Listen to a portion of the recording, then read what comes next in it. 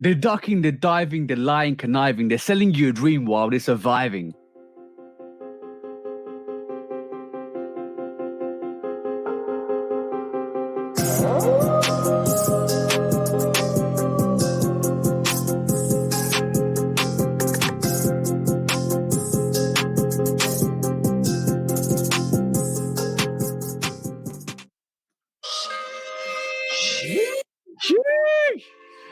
We're back. We're back. Do you want to say? You want to say?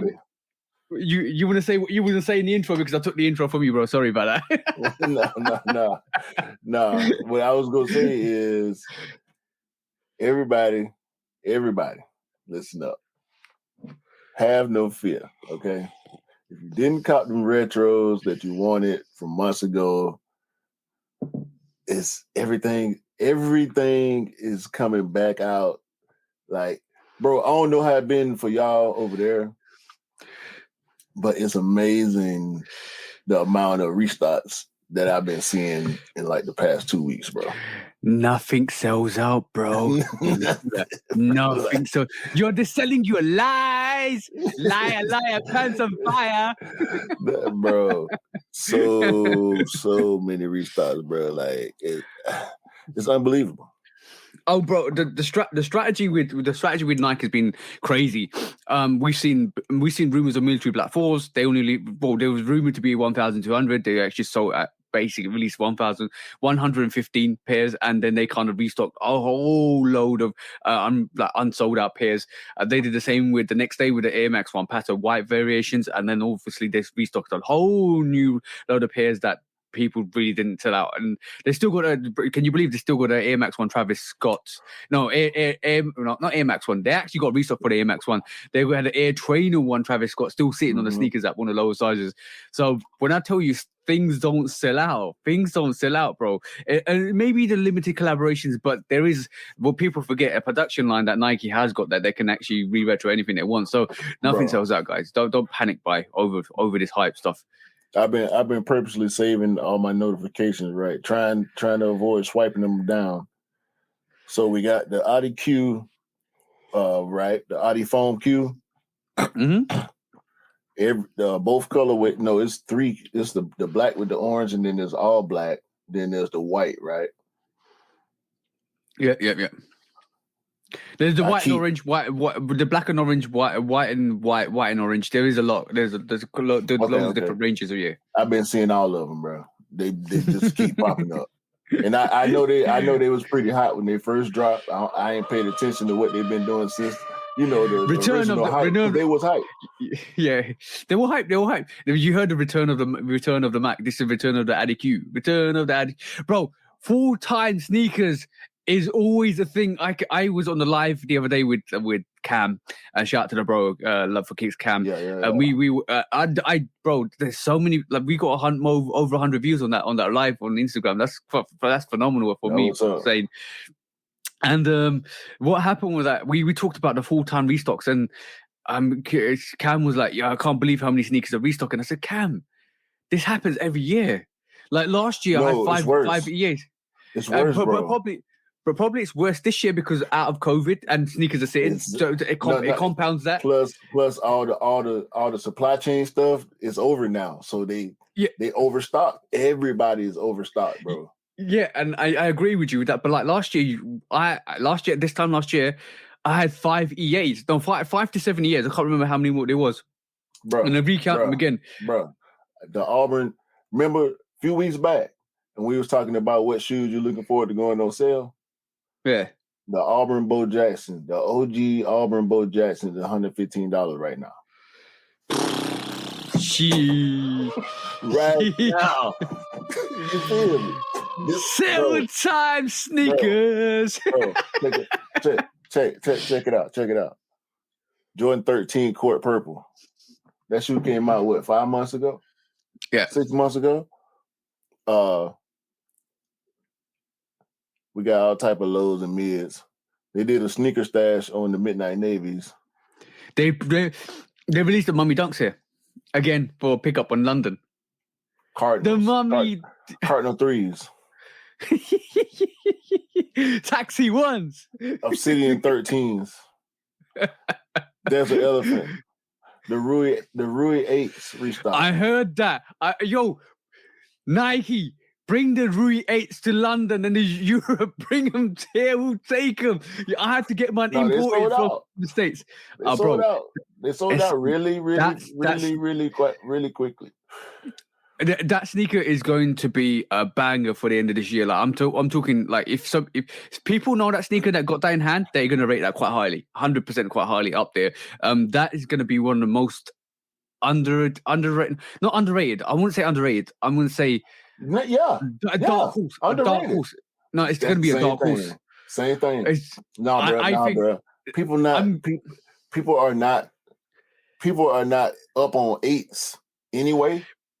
Bro, but what I'm saying is I love that 8. I have that 8. It's in my rotation. I've worn that 8, and I'm gonna say 100%. Nobody's talking about the Rui 8s at this moment in time, and like for the sneaker of the year.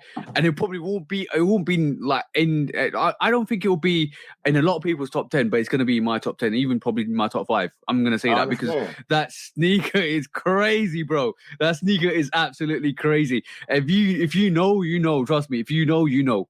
I understand 100%, but let me do this. Now, I haven't looked at this since yesterday, but let's do this. Oh, Q's pulling out the US Nike app, sneakers app. Hold on. Where we at? Hold on. You got the 12s already? Nah, they upcoming. Upcoming. I those 12s look actually decent, to be honest. And I think the 4s next week.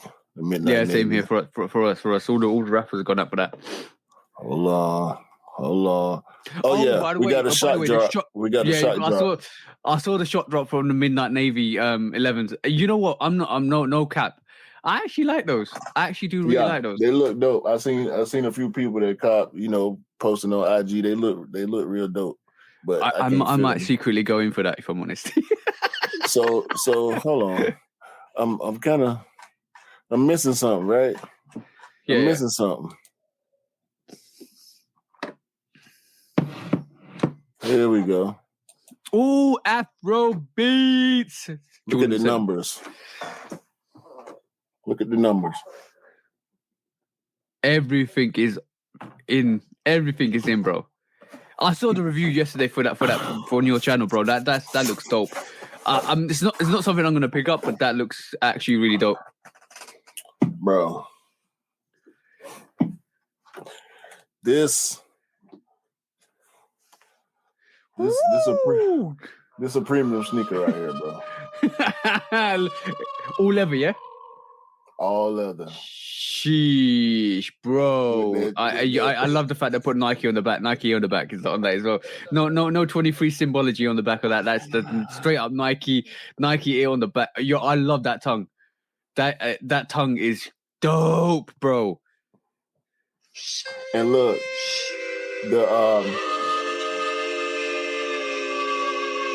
you see the contrast in the finish? Yeah. It's the small details, bro. And that Ben 23 graphic on there. Yeah. Yeah, man. That's hard, bro. And just you know what, the Jordan 7 sole is so classic, so this classic. This is the same. This sneaker has the same exact effect on me as that Rui 8, and you see what it's doing. You see what's happening. Yeah. You know what I'm saying? I missed on the Rui 8, but I did end up seeing it in hand, and I actually passed on the restock because I was aiming on these. Yeah. So, and especially since I know you got the Rui 8s, I'm like, okay, I can live vicariously through TJ a little bit. You know what I'm saying? So, talking about pickups, I don't know if you saw my Instagram channel, Instagram stories at all yesterday. I don't know if you saw my Instagram stories yesterday at all. I don't think so. All right, cool. I'm gonna pull out something that I picked up yesterday. I ordered this on Friday, and it came yesterday. And this company, Goodhood, is crazy with the shipping because they got this to me next door. So all I'm gonna say is, you know what it is because you see the box already, bro. All I'm gonna say is, Simmer, who's got the keys to my trainer? That, bro. This is hard, bro. That shit right there, bro. Goodness, man. Sheesh. This is dope, bro. Look at that. Look at the action on that actual suede, bro. That's crazy. This sneaker is chocolate full-time sneaker, bro. I'm calling that the Air. Damn, what? I'm calling that the Air Trainer 1 Twix. Look, they have red. This is the first time they have more laces for a trainer. Literally red laces. I'm swapping the brown for the red, bro. Imagine that, bro. Yeah. Sheesh. Yeah. Look at the inside. God damn, dog. What's the bottom? Show the bottom. Nike red. Nike red on the bottom. Just that little bit of. That's some bullshit. Right there. That's some bullshit right there, boy. This is a trainer, bro. This is a trainer. You see Adidas, like, y'all look, bro. It's the little thing. Like when we do it right. Yeah. Cause it's a whole lot of, like, between the two sneakers we just held up, bro. And these ain't hype. You know what I'm saying? But when you break it down, dog, I'm gonna just read what it says on the box there. Packaging. I wish these sevens came in a special box. Yeah, you were saying that in the review yesterday. I think you were saying that review yesterday. Yeah. But look, I'm gonna say something. Is OG packaging. Yeah, all OG packaging with that stripe out, like the stripe out at the bottom. I'm going to say one thing, right? This on the box says Nike sports shoes are manufactured to the exact specifications of champion athletes throughout the world. That's all you need to know. This trainer is banging, bro. Mm-hmm. Sheesh. Bro. I saw it. I saw it on Mr. Miller's live or his unboxing, and I was like, oh cool, shit, I know these are coming, I need these, and I kept sourcing them, and I finally got them. This is so sick, bro. This trainer is so good. Bro, so is that 14, that's a 15? No, I even got double up on the Travis A Trainer 1s when they first came out, so like I must be up to 18, bro. No, that was already in the count when we did the count that day. It was 16 or 17. 16 or 17 now. I think it's like 15, 14 and 15. I need to do I need to do a big count on them because I can't remember. I've got like the three tribals. The three tribals. Let's just do this. The three tribal packs, right? The three of them, and then I got the chlorophylls, the midnight navies, the two OGs, then the photon dust. Hold on. Go to do the four Travis and get them out there. No, photon dust, the green, and the green variations of that as well. And then like the four Travises makes 11. And then I've got the don't I know you? That's 12. The L Browns 13. This variation makes 14. I'm pretty sure I got one more somewhere. I'm pretty sure I'm up to 15 or 16. I'm losing a couple somewhere. I think that's it. Okay, I've got 14 pairs of Air Trainer 1s this year. I'm actually sourcing the La Family Air Trainer 1 at this moment in time. Okay. Because I stand and the Tokyo 23. So I might be up to 16 or 17 pairs by the end of this year. Okay. You know what? I want to go somewhere else, but since we're talking trainers, we know the Griffey is one of the greatest trainers of all time, right? Mm-hmm. We could say that with all type of confidence, bruh. I know you saw this. I saw this. I was going to bring this up. Yo, please do this. The Griffey 7. The Griffey 7 looks sick, bro. This one of the hardest 7s I ever seen, dog. Yep.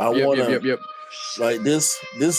I like this better than the Bordeaux, and that might sound blasphemous to some people.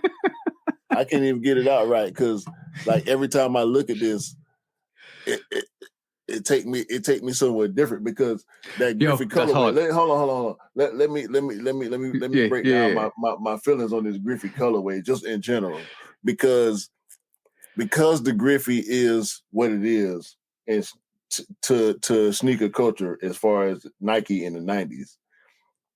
Anything, bro.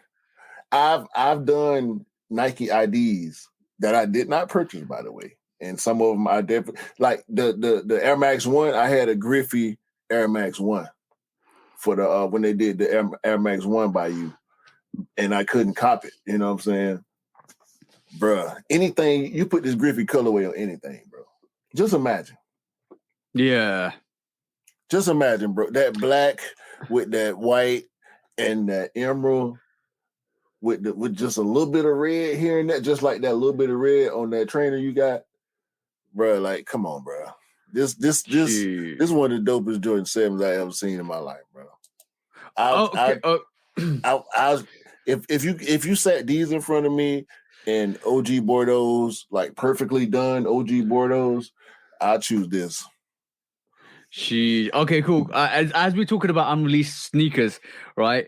As we're talking about all this, like this Air Griffey 7 that's unreleased. So, bro, name me 3 unreleased sneakers or sample sneakers that you want to see come out. We know this is excluding. This is excluding the Griffey 7 because we know. I want to see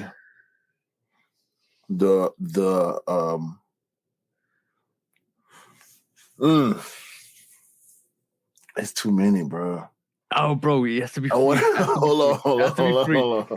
I want to see the real, the actual Ray Allen PE colorway, or the 13s, because I think I think his was the way that Lucky Green came out. The Lucky Green 13, it didn't hit right.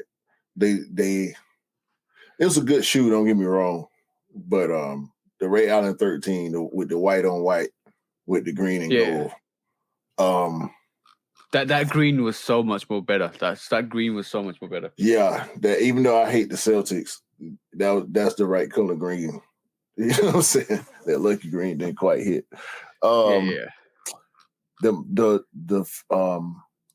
K54 5s. Not 5s, sorry. The K54 1s that Khaled was showing off earlier this year. For friends and families. I would say the black K54 5s. But I'm going to say the UNC PE Jordan 5. Ooh, that's a shout. That's a very good shout. That's a shout. They need to release that. They need to we're getting UNC 5s next year, but they're not going to be like them UNC PEs. You talked about the Ray Allen to 13s. Yeah. What do you think about this?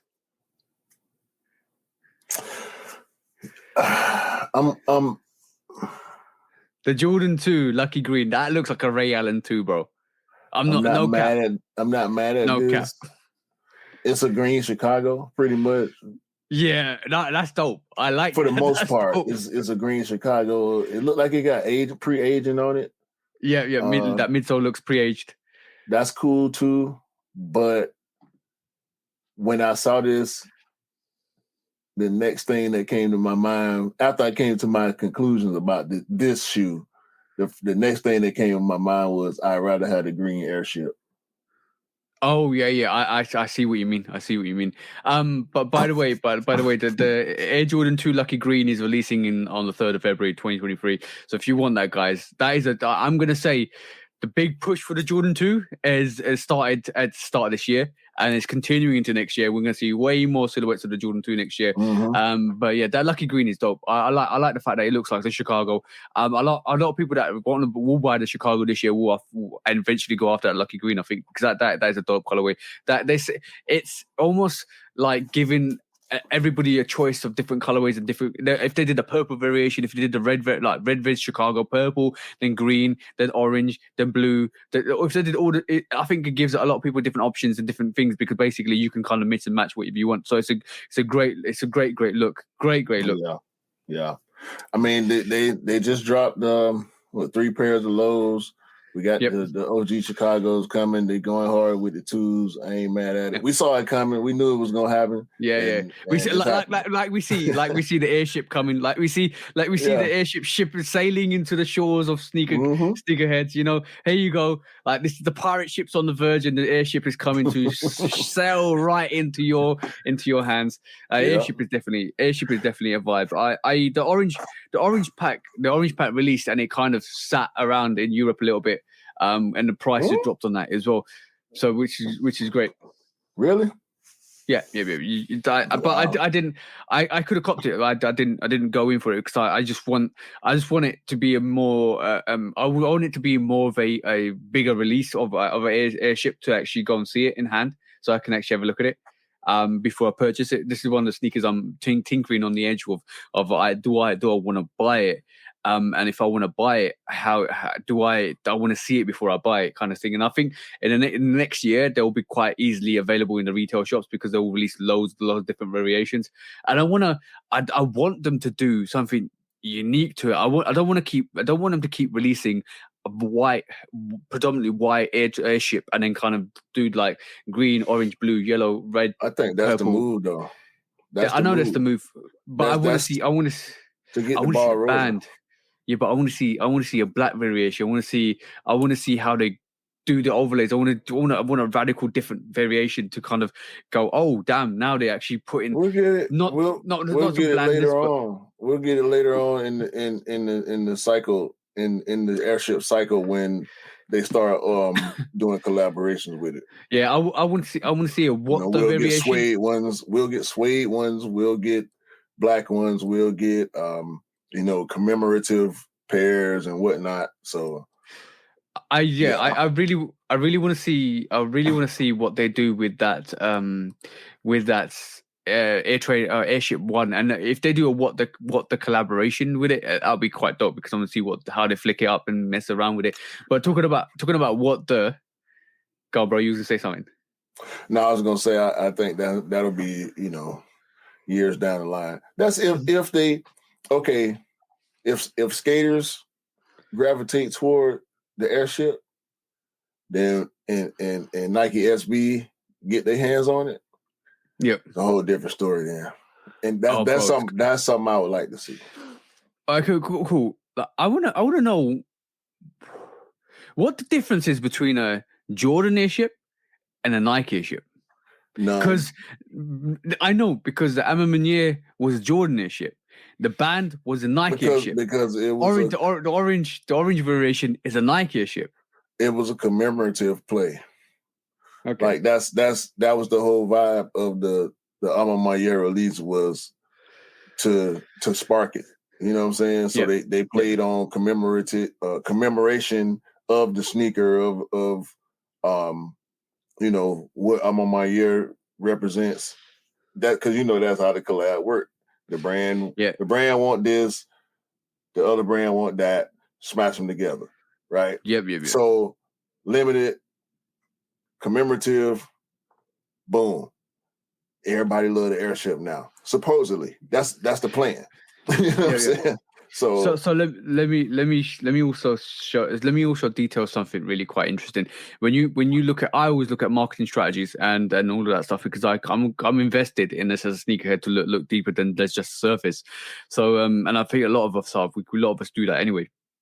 But what's really interesting is when the band airship came out in 2020, during COVID, they sold out quite rapidly. They raffled off quite rapidly because it was quite a unique sneaker, and it was quite. I think it was limited. It was numbered and limited as well. But also, I feel like they released that just to remind people that this is the sneaker that did it. This is the sneaker that preceded the Jordan 1 ban. This is the sneaker that has value. This is the sneaker that you should all be looking at as well. Even though the Jordan 1 is a massive, massive contributor to the culture, That's is how the sneaker. I felt about it.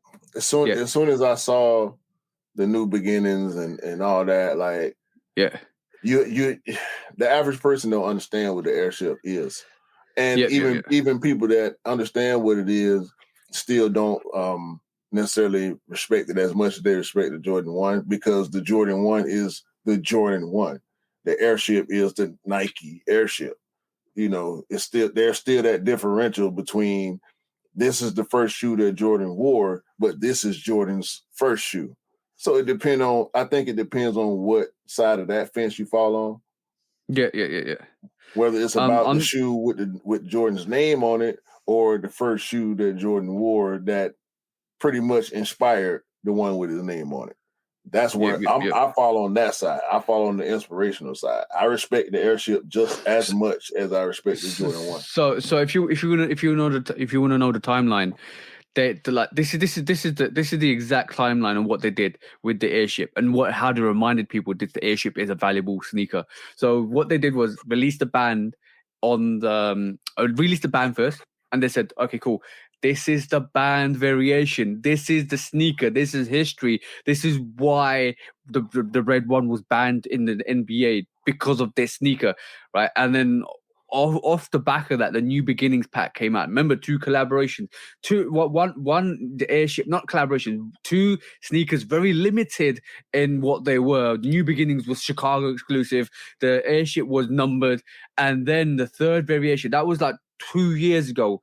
And this is, when I say market testing, this is market testing. So give them a limited sneaker, bring up the hype, and then just drop it and see it sell out, and just give a little indication to people like, this airship, we got this silhouette, we can release it, we can do it, we're gonna do this, watch out for this. And then 2 years later, we get a Amamania collaboration with that airship, with the blue variation of the airship. That's a hype collab. See what they've done. And what you see with different silhouettes and different silhouettes and colorways and all of that stuff, they'll drop it years before they're going to do a massive production of it just to test the market. And that airship, even though it was super limited, they wanted to see the reaction for the public, because when that banned airship came out, people went crazy for that. People lined up for that. The resale is crazy on that, right? So you automatically know that sneaker, for the history and what it means, is a demand on it. And then they released the New Beginnings, which was Chicago exclusive, with that 85 cut, like inverse Chicago colorway. So basically, they released that, and then they left it 2 years later. 2 years later, they was like, we tested the market with an airship. Let's go and let's do collaboration with Amamania. So they did that. And then they've got 4 other colorways coming out in the next couple of months to a year. And then on top of that, they'll compound that with more airship releases. Now everybody's got used to the airship. Like, oh yeah, remember the band colorway? Remember the New Beginnings pack? Remember the Amamania? I think these are decent. I'm getting used to these. I feels like a mix between a Jordan 1 and a pre-Jordan 1. It feels like a bit of a Converse in the Jordan 1. Let's go and try and get this sneaker. Okay, cool. Let's try and wear this. I want to see this in hand. See how that worked. If they dropped the airship out of nowhere, nobody would have given any hoots about that. Now they're like, okay, cool. 2 years in the making, we digested it, we learned about it, we're living with it. Now it's like, okay, cool, we're gonna drop more pairs so you guys actually want to buy these. See the strategy. Even with the Last Dance coming in the midst of all that, like, but again, it depends on the person. Like everybody, if the airship gets popular with us, then it'll radiate outward from there. You know what I'm saying? Yeah. It all starts with us. So yeah, the true sneakerheads always you're spot on with what you said, bro. Like, true sneakerheads, when they pick up sneakers and they wear them, we are the spokesman for Yeah. Nike, and we are the spokesman for Adidas. We are the spokesman for all these brands, especially with exclusive releases. You wear them, you put them in Instagram, and if they catch on Instagram, TikTok, they start wearing it, and all of a sudden, then what happens is that propagates to the general public because people are like, oh, I saw this guy wearing it on TikTok. I want to wear him. I saw this guy wearing on Instagram. I like him. I want to wear him. That's where it starts. That even though there's few of us, but as a consumer of sneakers and a connoisseur of sneakers, because we are, I would say, in terms of any sneakerhead is a connoisseur of sneakers because you love the sneaker and silhouette you wear. You basically are a walking, living spokesman for the brands, 100%. Yeah. So I got a question. Have you ever seen Semi-Pro? No, I don't think I have. Semi-Pro is a basketball movie starring everybody's favorite funny dude, excuse me, during the early and mid 2000s, Will Ferrell. With Andre 3000 and Woody Harrelson. You know what? I think I might have seen this. I might have seen this on a night when I was just drinking my mates and stuff like that. I don't think I paid attention to it too much. This is one of the funniest sports movies out there. Like I put this movie up there with like Waterboy. And, when did it come out?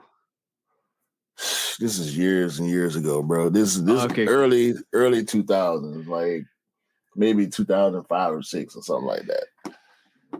I need to watch it. I just need to watch it. Pay attention, Adidas. This is how you do a collaboration. I saw this the other day, bro. With a movie franchise. And this ain't even a franchise. This is a one-off movie. They never did a part 2 or 3 or nothing. But if you're gonna do movie collabs with sneakers, can we get something that we can relate to? Something that make more sense than just getting the average comic book, not even average. Because not to throw shade on any of the movies or any of the brands that Adidas choose to collab with, but just getting stuff that's going to appeal to the average teenager, it ain't enough, bro. And it ain't like Fila. We don't even talk about Fila like that because Fila is just there, right? Fila ain't nobody talked about Fila having those type of problems or going anywhere. Do you think the Disrupt kind of killed some Fila? No, hype? It actually no. The Disrupt, the hate on the Fila Disrupt that I participated in myself, I will admit, because my niece had Fila Disrupts, has Fila Disrupts. I've seen one of my nephews wear Fila Disrupts. I'm talking about 16, 17-year-old wearing Fila Disrupts. You know what I'm saying? So it's a real thing. It ain't just memes. It's out here in real life. People actually rocking. I see it all the time. I've seen grown people wear Fila Disrupts. My girlfriend loved the Fila Disrupts when they first came out. Because it you know what? It gravitates to females because of the boot aspect of the midsole. Mm-hmm. If you wear the boot, if you as a female wear a boot, you would gravitate to that sneaker because it's clunky like a boot. And what people don't understand by the Fila Disrupt, it's not a sneaker. It's a boot female sneaker. It's designed.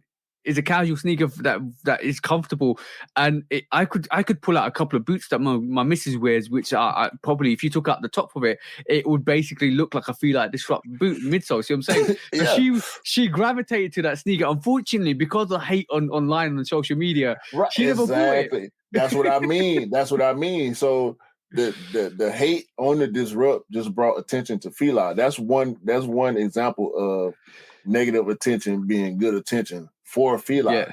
And Fila had a bit of a resurgence. Like people in Atlanta in particular, like we've always worn Filas. We got Lil Jon. Everybody in the whole damn world know Lil Jon. And Lil Scrappy made the song Forever I Love Atlanta. That's our acronym for Fila.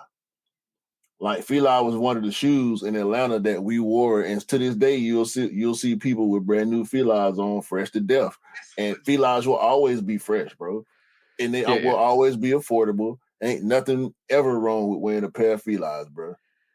And this Grant Hill Fila doing this Tropic Thunder collab with the Grant Hills is, bro, it's just dope. They got the Jackie Moon merch to go with it, bro. I mean, Flint Tropics, jersey, hoodie, all that. This is dope, bro. This is dope. I agree. Bro. Why can't Adidas do something like this, man? And I'm not even ragging on Adidas, but when I saw this, that was the first thing that came to my mind. This Fila doing this. Yeah. You know what I'm saying? And it ain't like this shoe finna be super hype or, super hard. Maybe it will be hard to get, but because people that love Fila is gonna be all over this, man. I see dudes all the time on IG. They got all the Grant Hills because they love Grant Hill, they love Fila, and they gonna be all over this, and they dope. It's not for me, but this is just dope in general, bro. With what Fila doing right here, I love this. But instead, we get a colorway and a merch from Adidas that looks like this, bro. They got merch for these? I don't know if they've got merch for these, but I'm assuming they probably will do. They've got this one. They've got the Homer one that runs back, like grinds back into the bushes in green. No, that's not real. That's not real. Oh well, this is real. This is real. Yeah. The Marge is real for sure. The Marge is real for sure. Because I actually I had that plan too. Because this is what you're talking about right now. Yeah. That's not real, yeah. Yeah, that's a mock-up. Yeah, well, that is quite funny. That's quite funny. They might as well do it. They will do it now, but they're seeing it. They might as well do it. They can't do it. They're gonna have to pay for the idea. Yeah, I'm just dumbfounded with that. Like, I don't understand. That I think that's a kid's shoe as well, by the way. I'm just don't understand. I just don't understand what Adidas is doing. Well, I gotta shoot Adidas a little bit of bail on this one because The Simpsons has never been for children. We watched it as children because it's from the 90s. Yeah. So, we know The Simpsons. I know The Simpsons intimately. You know what I'm saying? I used to watch The Simpsons every Sunday night. It was a religion. Simpsons and Living Color, Married with Children. So, I'm gonna say one thing on that. Simpsons is my guilty pleasure at this moment in time. I'm running through. I'm really busy all the time, right? And I'm always doing something. But on the days I get like an hour or half an hour or even like the evening when I ain't got nothing to do and I want to just brain dead, not think about something, I just turn The Simpsons on. That's probably Family Guy for me. Yeah. I'm on season 25 now. I've started from 0. I'm on season 25, and it's just one of those things I just switch on and then like, okay, cool. Let me just watch this. It's just a way for me to just detox and just not think about stuff because otherwise I'll be constantly thinking about stuff. So look, we talked about Fila, right? Yep. So I want to mention Reebok too. Because Reebok, I saw something real interesting that they did or that they're doing. I want to know how you feel about this.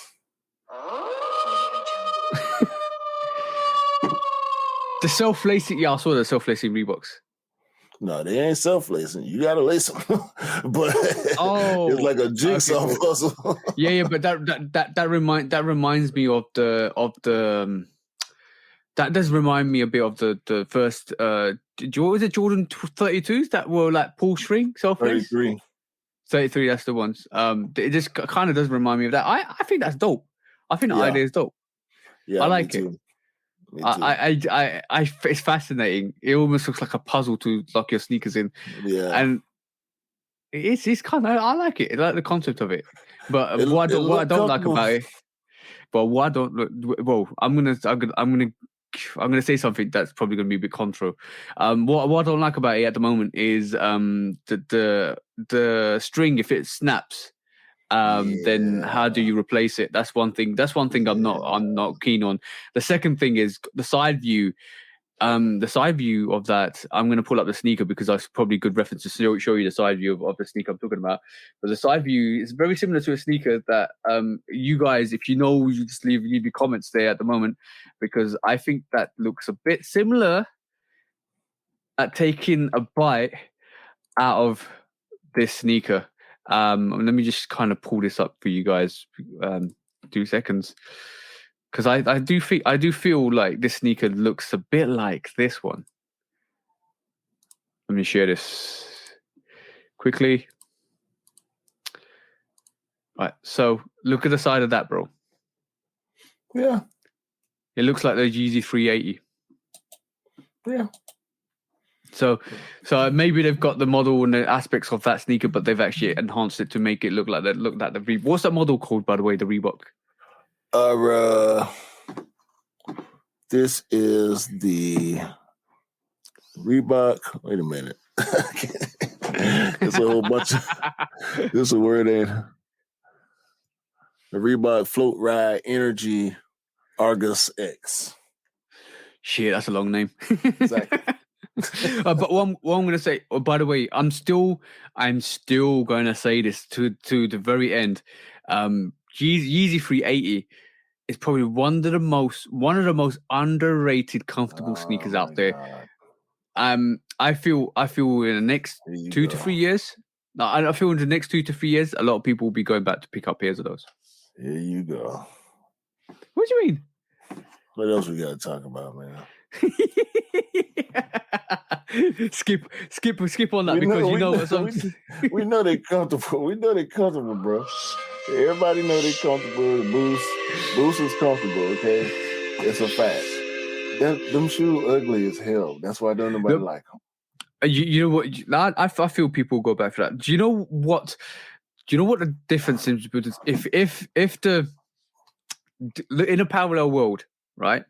Let's not talk about this world because the 380 is hated like at the moment. But I guarantee next couple of years, to even talk about them. Yeah, exactly. But I'm switching lanes to a different dimension, to a different universe, because sometimes you have to do that to kind of work out the theory behind what I'm going to say, because it's so out there. I'm gonna definitely say this, like the 3.8, like, you know, bro, when I put some predictions behind it, and sometimes they do come true. Well, most of the time they do come true, which we're gonna talk about in a bit. But the 380 in a different world, in a different parallel universe, when the 380 came out, and if it did hit, I'm just saying, if it did hit, we won't see the oversaturation of the 350. Because basically the 380 was the model to give some respite to the 350. Because that was a model that was going to take the pressure off Adidas and Kanye producing constantly 350. Now, when we look at the 350, it's oversaturated. But if the 380 did hit, and in a different universe, if it did hit, right, we will not be talking about 350s being oversaturated. Because if it did hit, and if people did pick it up and people did love it, then we would be seeing less 350 models and more 380 models, and people will not be talking about how congested 350s are. The 380 was kind of the first one that flopped. Yeah. It was the first one that actually started flopping. Then obviously the 450 flopped a bit, or flopped around a lot. And then the foam runners and the slides kind of saved the actual brand a bit. Yeah, because the knit runners trash. The stupid space boots were trash. Thank God we ain't seen no more of them. There was something else he tried too that shit just bricked. No, I don't know. It was the knit, the foam runner, the knit runner. There was another kind of runner, wasn't it? No, I'm thinking about the basketball joint. Yeah. The quantums. You know what is really. Ironically, think about it this way: bro, hype is so crazy. Like, people sell their soul for hype. I'm not even joking. Remember that Christmas? Yeah, I'm still remembering the time when Kanye West was in the army tanks giving out quantums and people were throwing the Yeah, Jordan that's what I'm 1s. talking about. So and look at them now. They're sitting, bro. You can't sell out quantum for this life of it. How narrow-minded, how narrow-sighted are people to kind of run behind the tank to get a quantum? First people to get a quantum, and then just throw it out. They like literally throw out their dunks and their Jordans that they're wearing for a pair of quantums. Yeah, I wouldn't trade these for a pair of quantums. Bro. But I wouldn't buy these either, so I wouldn't even have these to trade for a pair of quantums. They made these.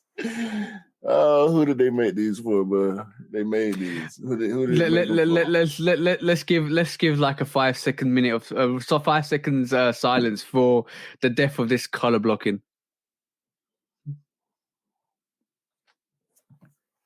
And on that note, this color blocking is absolutely shite.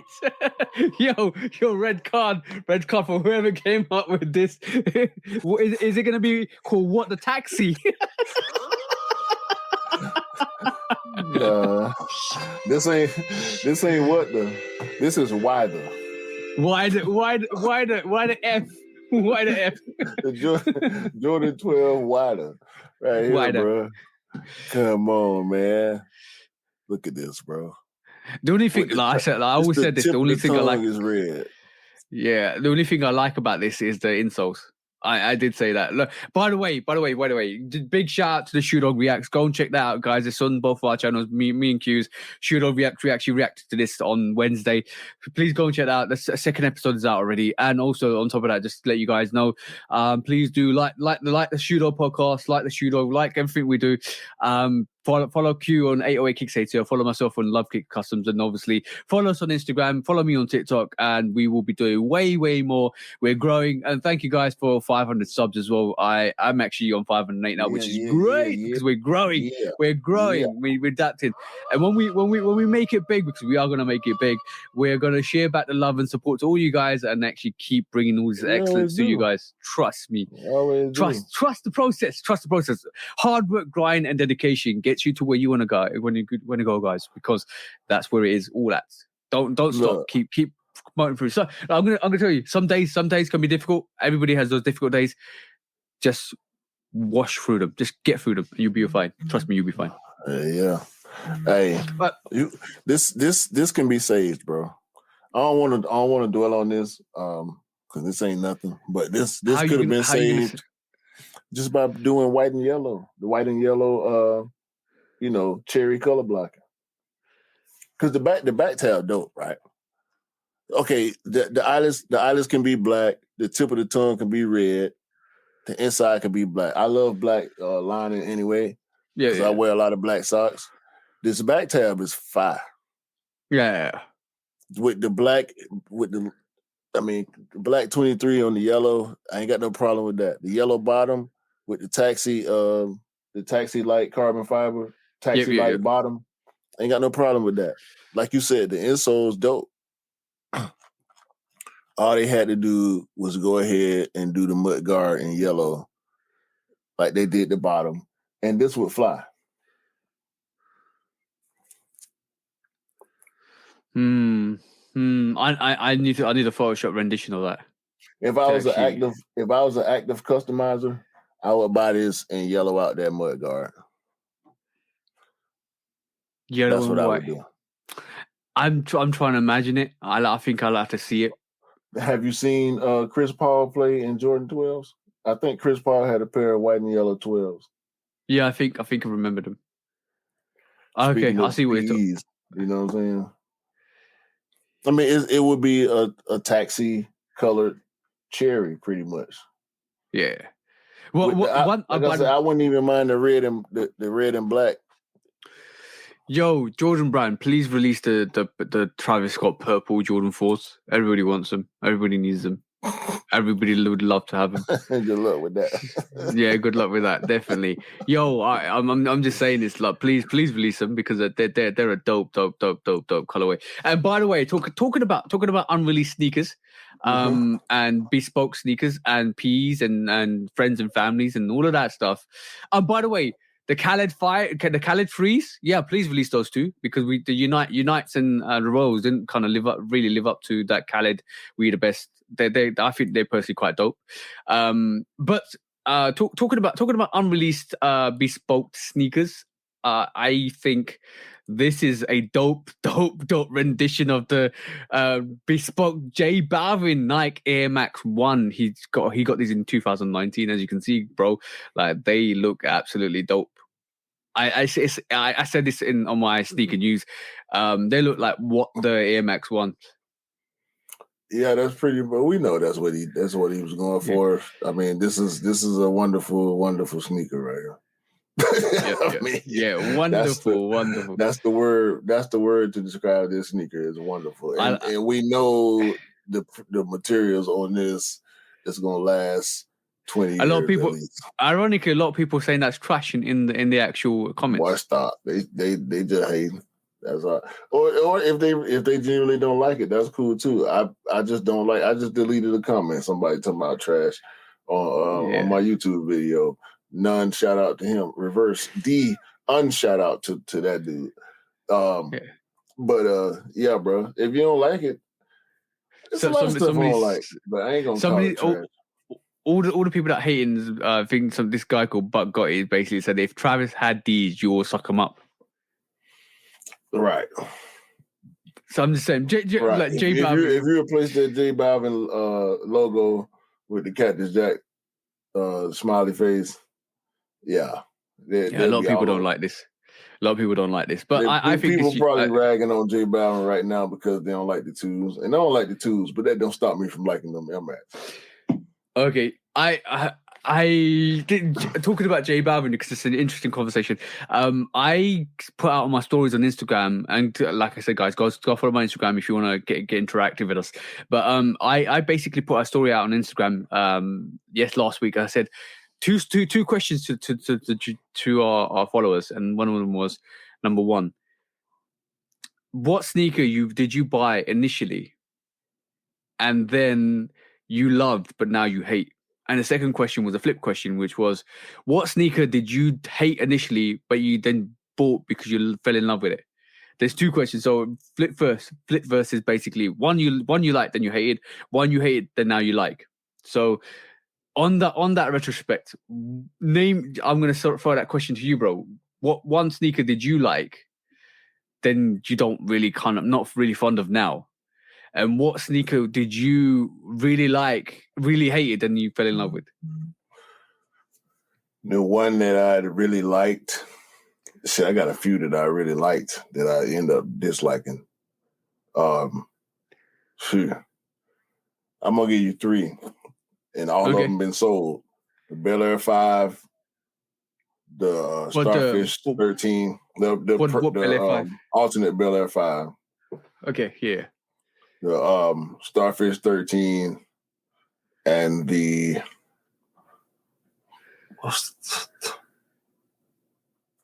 Fusion 1s. Ooh, okay. Yeah. I got you. Yeah, I read all of them. And some more too. I sold like 12 sneakers in the past few months. I'll give you mine. I think it was a KD 12 anniversary. Okay. I bought that with that. It was like this powdery Union Sea blue with that tick which has got multicolors all the way through. I loved that. And then when I got it in hand, and I kind of like kept it there, so I'll wear it, and it never came to the point where I did wear it. When I looked back in it, I was like, what was I actually thinking? Yeah. And then I sold it. I just got rid of it. So like I got my money back from it, which is great. But one sneaker you really hated, but then you actually fell in love with. I don't think I got one. I got some stuff that's grown on me but nothing that I really, really hated like that. Okay, stuff that's grown on you, like stuff that's you basically thought, I'm not keen on this, but then when you saw it and you were like, oh damn, this is actually dope. The handcrafted one did that to me. Yeah. But I think the shoe that did it the most to me recently was the Patchwork 3. When I first saw it, I was like, it's mid. But every time I saw it, I liked it more. I felt it. Like every time I saw a picture of it, because it was hype too. To find out, it was limited. The Patchwork Freeze, did you talking about the camel Patchwork Freeze, yeah? Yeah.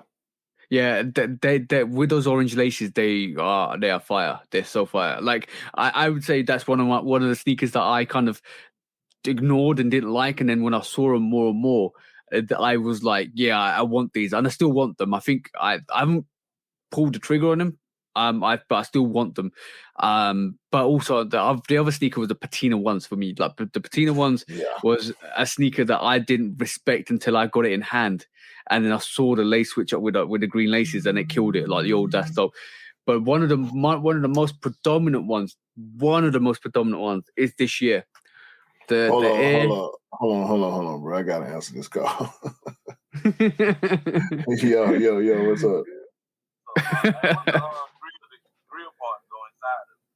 It's in the sunroom, bro. Hold on for a second. I forgot Reggie Black, my boy Black Martin, he's coming to pick up his grill. So we'll have to take a quick intermission real quick, and we'll be right back. Episode 40 of the Shoot Dog Podcast. Hold that thought, guys. Hold that thought. A few moments later. Back again. All right. My bad, y'all. My partner told me he was coming through this morning, last night actually, but I forgot. I had his grill. Last time we barbecued, he brought his grill over, and I had the grill part of the grill inside the house. So he was trying to come and get it without me, without disturbing me, because he knew I was recording. But yeah. It is what it is, man. That's my bad. Shout out to Black, bro. That's fine. That's fine. Shout out to the bro. We're gonna continue the conversation because we were talking about one sneaker that you really liked and you kind of hated, and then one sneaker that you really didn't like or hated, and then you actually fell in love with. So I sent out stories, Instagram stories, and I got some responses back, and these are the responses, bro. Do you want to hear them?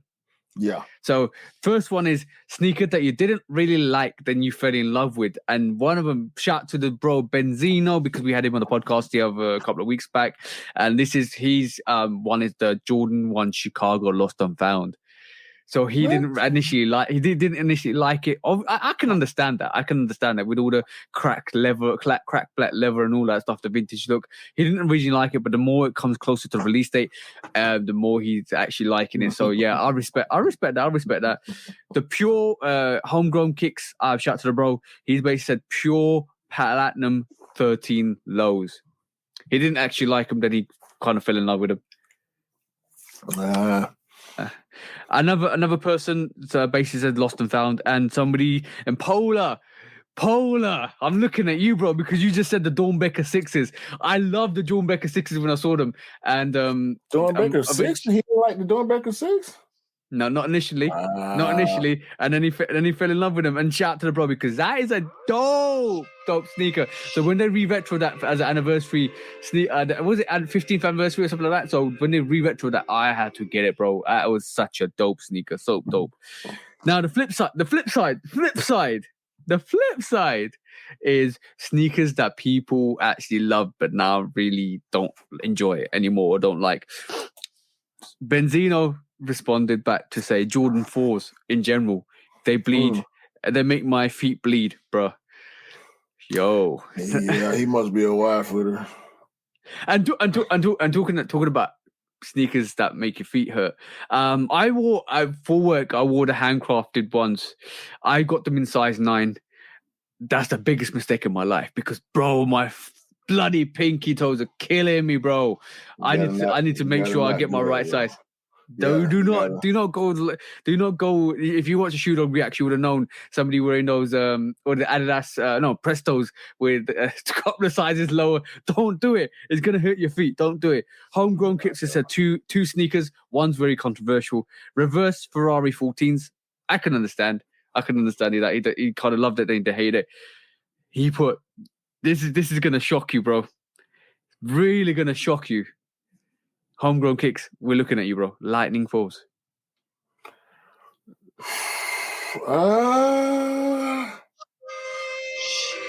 You know what?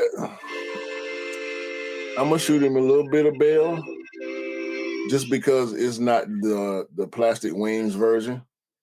Yeah. Some people have issues with the cloth wing versus the plastic wing, because on certain fours, I really don't. That's why I don't like the cool gray fours, because of I wish it was a plastic wing. Nah, I enjoyed them. I don't really care about the wings. I enjoy the sneaker, to be honest. Lightning Fours is for me. When I read that, I was like, whoa, okay. Yeah. I mean, that's interesting, but from that perspective, I can see that. Yeah. But somebody else said 350 V2s. They liked them, but I hate them now. Which is understandable, because I can see the smile on Q's face. It's like, yes. No, I don't know the difference. Allow your 350s. I don't know the difference between the different versions of 350s. They all 350s to me. Yeah, he just said 350 V2s. Okay, Scott the bro, Scott Simpson said Pata Air Max 1s. What? Scott? Yes. Scott said Pata Air Max 1s. I think Scott's got rid of most of them except for the one he likes. Really? Yes. I'm not no cap. He ain't putting that on blast, is he? No. Last but not least, Alex GD. When we talked about J Balvin, he put the J Balvin Jordan 1s. I can see that. I can respect that. You know what? I had a conversation with him after, because he's the bro. He's part of the Straight to the Toe. I had a conversation with him, and I was like, "Yo, bro, why?" And he goes, "Well, I can't match them with anything. I try to wear them, and they're really hard to match. Like, really hard to put on." I said, "Like, I don't." He likes the saily, lighter colorways.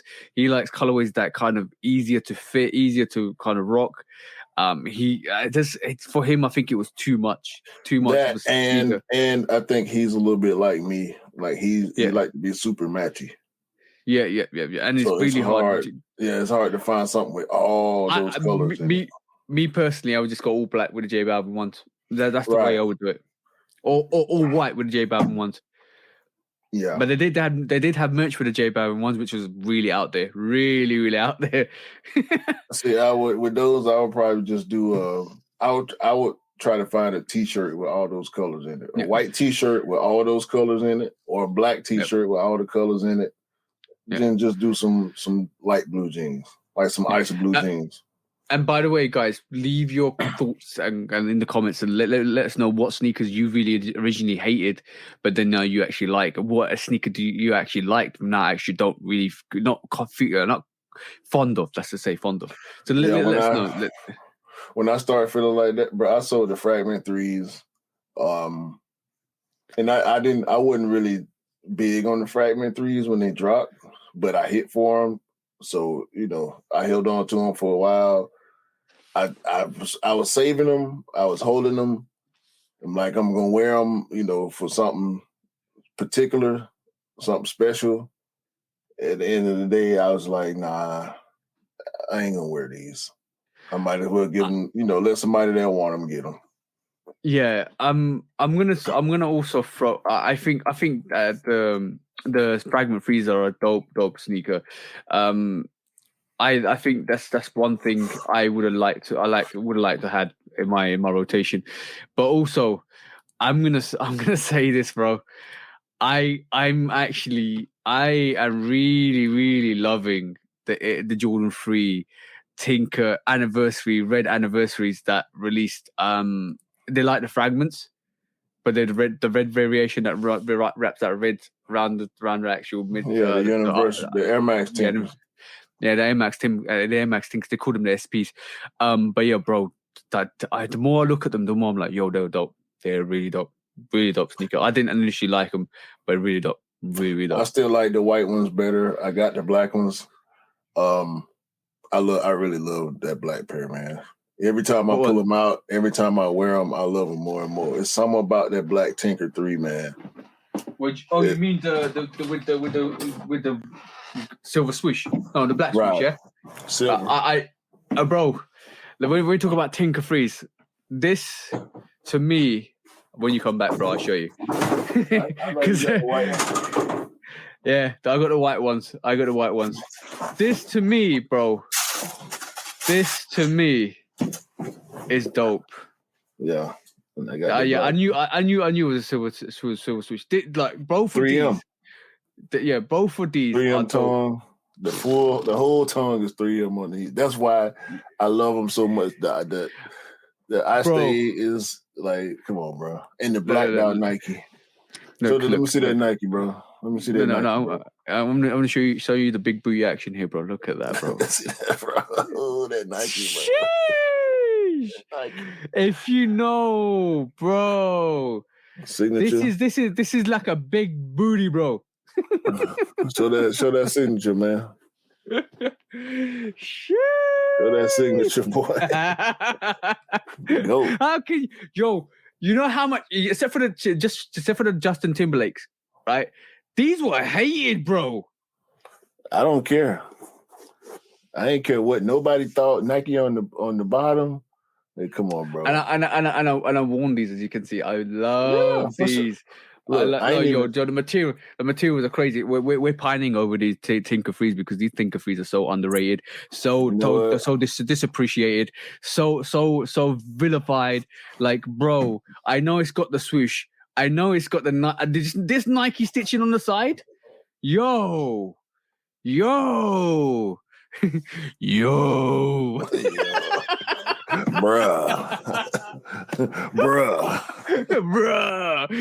This is dope.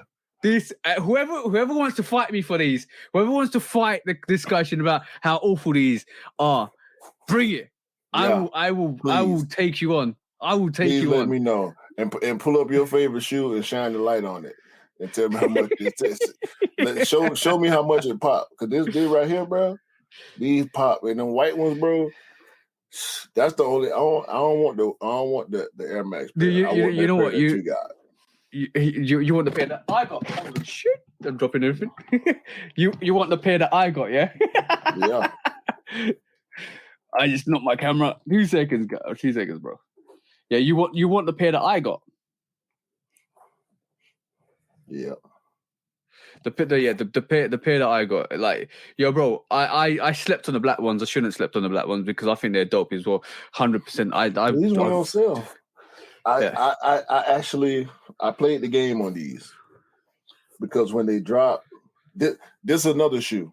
This is another shoe that when it first came out, I was like, Yeah, same here. But I went straight in for these. See, so I love the colorway. I love the colorway of this. And somehow I missed the white ones. This bangs, bro. This red tab at the back with the Nike. Bangs. Bro, this bangs. Somehow I missed that pair, but I saw the Air Max pair and I saw this pair. I totally blanked on that white pair, the white cement pair. Do you want to see the insole? Bro, the insole. That's crazy. That's what I'm saying. You know what? Let me put it to you. Let me put this to you guys. This sneaker from releasing ain't nothing but a conversation with MJ and removing that swoosh. You know that this could have been the Jordan 3. This could have been the Jordan 3. There's nothing but a conversation and removing that swoosh. That's the difference.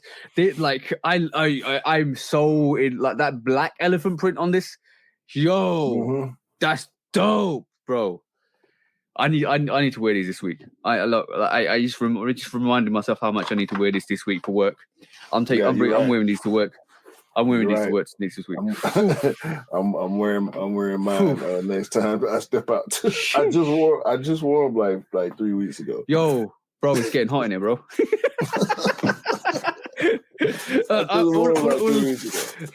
You know what? Sometimes when you pull out sneakers, right, and you pull them out, and you realize how dope they are, and you realize how magnificently beautiful they are, and you hold them in your hands. You feel the leather, you feel the plushness of the leather. Look at the sneaker. You look at the ratio between that white and the grey and the black, and you look at the swoosh that goes down the side of it. You look at the sole, that red, that classic Jordan 3 sole. Then you look at the back tab, and you look at how beautiful that booty looks on that sneaker, and you're like, yo, shit, I need to wear these soon. Soon. The suede on these, bro. Yeah. Stupid. And by the way, and I also forget to mention. This is like become a little review for the Tinker Freeze. I forgot to mention, yo, don't bash this, bro. Oh, yeah. The hang tag on this is crazy, bro. The hang tag. Yo, by the way, I have a competition for all of you guys out there, right? We want to see this. Hashtag Jordan Tag Christmas tree, because we want to see your Christmas tree with the Jordan hang tags all over them this year. Come on, bring it, bro, bring it. I ain't got that many hang tags, but my wife done already let me know I am putting up the Christmas tree this year. So I am also I'm taking all the hang tags out here, bro. I'm really coming. I'm coming for you guys. Okay. I'm gonna have a mini Christmas tree with all my Jordan hang tags on. Trust me, bro. Yeah. Bring it. Why not? Bring it, bro. All I'm saying is, love the sneakers and wear the sneakers. They're absolutely gorgeous. To be honest, like. Bro. Let's be honest. That Jordan those Jordan 3s all went on sale, except for the Super Bowl Justin Timberlake's, all white ones, the beige ones, the black ones, the white ones that we just showcased, all went on sale. Went on sale, right? And now look at the prices on StockX. Go and check the prices out on StockX. You'd be absolutely ridiculous. So that shoe was two. Okay, this price tag era. So the price is on here. $200 when retros were $190. Yeah. I'm just gonna showcase this look. At this moment in time, if you want the Tinker Hatfield, the variation that I showed you guys, that's about, you're looking anywhere between about £270 to £300. They actually went on sale. You could have got them on sale. So you should try. Yeah. The black variation that Q just showed you, once this loads up because of stock. Yeah, there you go. It's between the same price. You're looking at roughly the same price for that, for 270 to 290. Yeah, two. That's gonna end up being around 300. Yeah, around 300. The anniversary variation, it's probably doing the same numbers. I'm trying to wait for this load up. That's same price. You're looking at 260 to 300 exactly on that. Yeah. These all went on sale, guys. These all went on sale, and the thing is, with luxury, I would say these are very luxurious sneakers. So with these, I didn't realize they had the green variation of it. This is like a P, isn't it? Yeah. Yo, this is dope. That's too much money. They need to do a retro of this, bro. Too. Oh my god! There's none of these for sale. There's none of these for sale. That's a ghost. Yeah. That's a ghost sneaker. Yeah, that's but all I'm saying is, I want to see that Justin Timberlake variation. I think was that an exclusive drop, wasn't it, as well? Yeah. JT. Yeah. You guys go. Yeah, go and check that out. But like, all I'm saying is that the Tinker variations on that is dope. A lot of people slept on that. So that shoe sat real hard, and maybe because, like I said, I saw it release, and it didn't grab me. Yeah, it didn't pull me in like some sneakers do. But the more I saw it, the more I liked it. And then I saw it in hand, in store, sitting on the shelf, physically sitting on the shelf. And I was able to touch it, and I was able to look at the suede, and I was able to see the contrast from the matte and the gloss on the Nike on the back tab. So guess what? It went on sale, $134.99 from $200. It went on sale $65. So I went to cop it online. So I did a store pickup because I went to the store. Let me tell you how crazy I am. I went to the store, saw the shoe. It's on sale. I know they had sizes. Mm-hmm. I went home, slept on it. The next day, went online and did a store reserve pickup and used a discount code. I paid $103 for that sneaker. That's a come up, bro. That's an absolute come up. I'm gonna tell you some trade secrets now, right? So basically, guys, wise up. I'm gonna basically tell you something. It's like a situation where you need to kind of learn from like what's happening at this moment and adapt. And it's really important that you guys adapt. So basically, what you need to know is if sneakers are sitting, and if you can get a discount code with the sneakers, go and get it. Go and do it. If you really like a sneaker, don't get it on release date. If you like, especially some of the sneakers that we're seeing, if you know it's really hype and it's going to sell out, you try for it. But if you know it's a regular Jordan 5, regular Jordan 3, regular Jordan 1, let it come out. And then maneuver to the retailers. And if you work in a place and you can get a discount on them, get a discount on them, because basically that's what I did with the winterized freeze.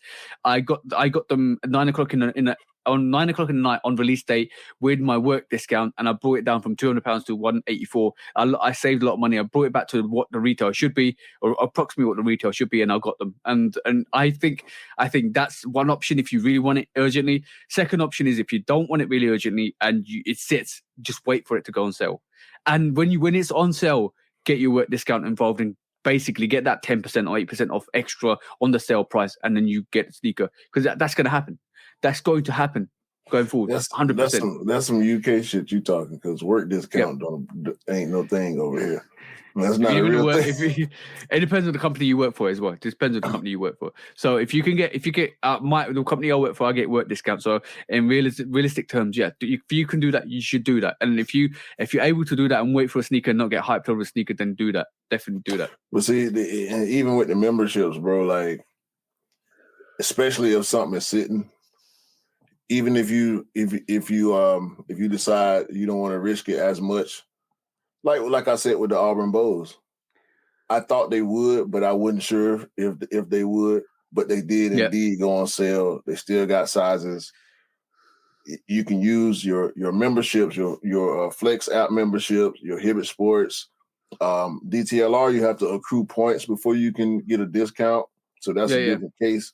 But a lot of Nike, a lot of these retailers have programs and subscriptions, email subscriptions that you can sign up for and get 10% off, 15, 20% off.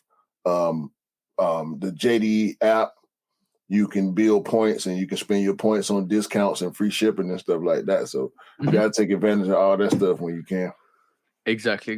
Maneuver wisely, save the money, because basically, obviously, times of living is hard, and you want to kind of maximize the money and minimize the spend. So let's think as effectively, economically, for your own benefits, and don't get suckered in. And talking about suckered in, I think we need to discuss this. You are fake news. So basically, we know recently. Let me just show you.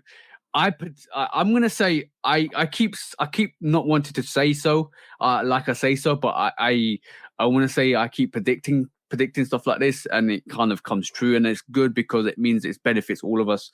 But on that narrative, let me just show you what's been happening in the world of the lost and found. Right. So, Jordan 1, lost and found, Chicago. Everybody's getting nervous. Everybody's getting excited. Everybody's getting worried.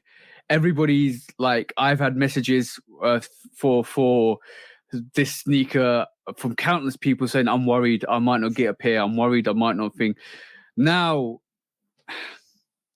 so people bought this pre-sale. Shout out to the Road Polar. I know he bought this for pre-sale, and his expectation of this sneaker was always going to be £1,000, £800 to £1,000 upwards when it comes out. I knew this sneaker was going to be the big sneaker for this year. This was going to be the OG. This was going to be probably as equivalent to the Concord 11 when it releases, because I thought this is going to be a mass produced shoe. We heard a month ago, or up to 3 weeks ago, there's up to 500,000 pairs releasing worldwide. The optimized word for that is up to over 500k pairs, right? That's why I was hearing, not up to, over 500k pairs. I guarantee after release date in December, January time, somebody will leak the figures and it'll be over, like, roughly around 1 million pairs. I'm telling you now, bro. Now on that situation, this is the proof of the pudding, right? This is the proof of the pudding. 2 weeks ago, actually a month ago, look at the prices on the screen. A US 11, which is my size, is £664. And you're probably saying, that's quite high, guys. All right, cool. That's quite high.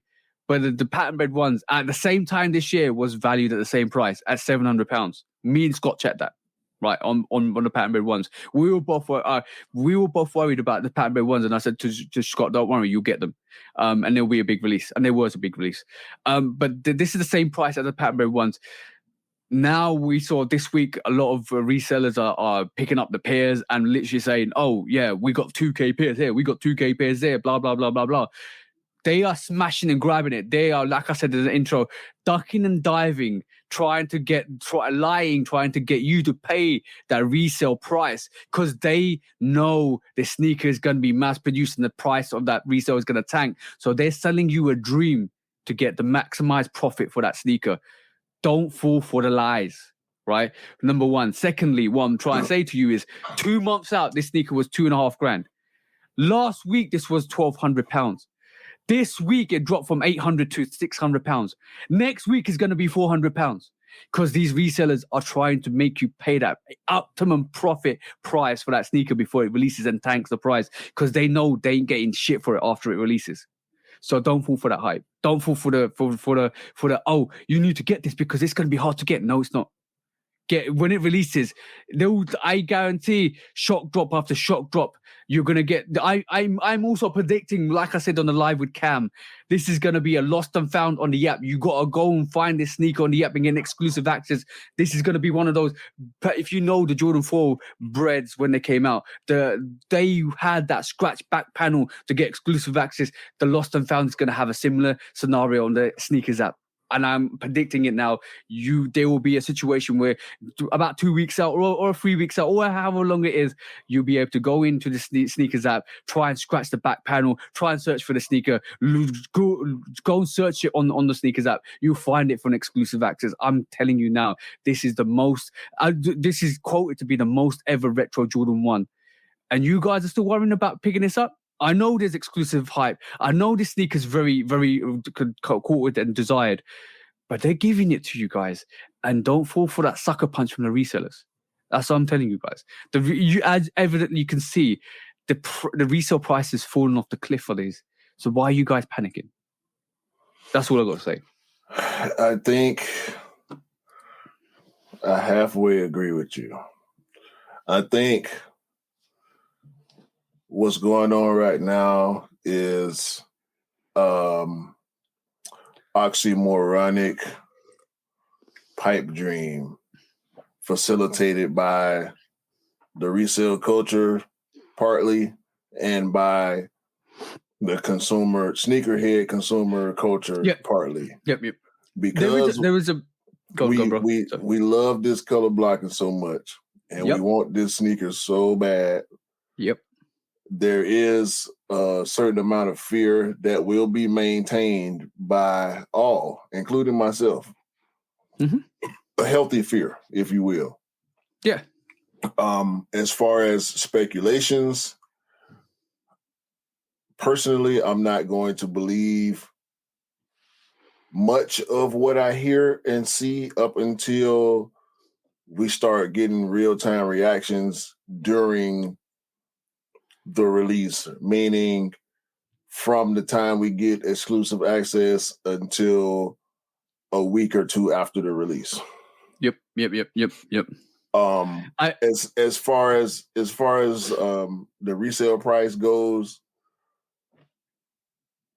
people got pairs. We know there's been a lot of pairs, and we're gonna talk more about this a little bit further into the show. But let me say this: I have access to this sneaker right now. I have backdoor access to this sneaker right now, and I ain't talking about through GOAT or StockX. You know, I ain't got. I know. Right. We know, bro. I know. Right. I know. I've seen it. I'm pretty sure you feel the same way as I do. If I wanted to pay the price, and we're not talking about StockX. We're not talking about GOAT or Flight Club, but no online, nothing. Direct, indirect access to legit pairs through the back door. Yep. So what's going on is real. But we got too much time to go. Even as close as we are, we still got too much time to go to really be able to tell the tale on this. And so it's been a lot of noise. Every single day I see this resale. Mm-hmm. Look, I'm gonna give you the breakdown of this from my perspective. We've been seeing this sneaker since April time. We've been seeing backdooring since April time. We've been seeing all the resellers, be it real or fake, have this sneaker in their hands. We've been seeing have this sneaker come out. We're like at this moment in time. What's ironic that you guys don't understand. You guys particularly don't understand. If this was limited. Right, if this was limited, the price on these sneakers will be going up and up and up because resellers are like, I'm confident that this sneakers is going to be hard to get. But no, because consumers will be trying to fight for the price to get the lowest price as possible, so the price will be going up and up. But in reality, what you're seeing right this moment in time is the resellers are undercutting each other to bring as much profit down a month out. That's the situation.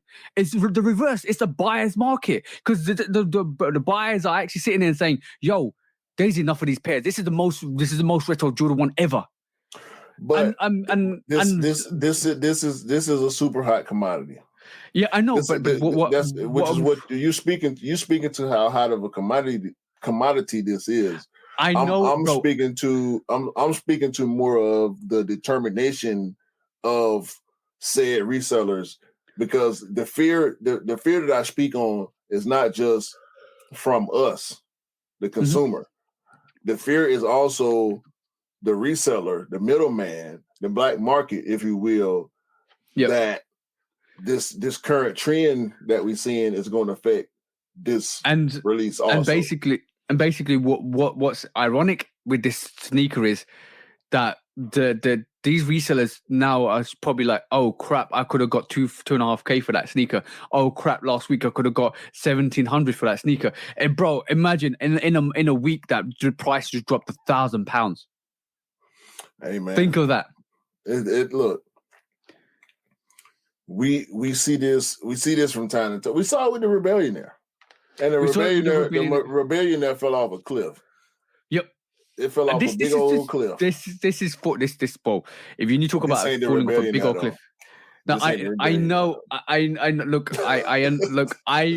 taking all of that into context. I'm taking the fact that this is probably a really one of the most desired sneakers ever. Right. I'm also talking about the fact that this sneaker is wanted by all the sneakerheads ever. Right. So I know that. But do you think Nike and Jordan Brand are sitting here thinking, you know what, every holiday sneaker's been the most ever produced. Like the first time we ever saw it was with the Concord 11s. Concord 11s.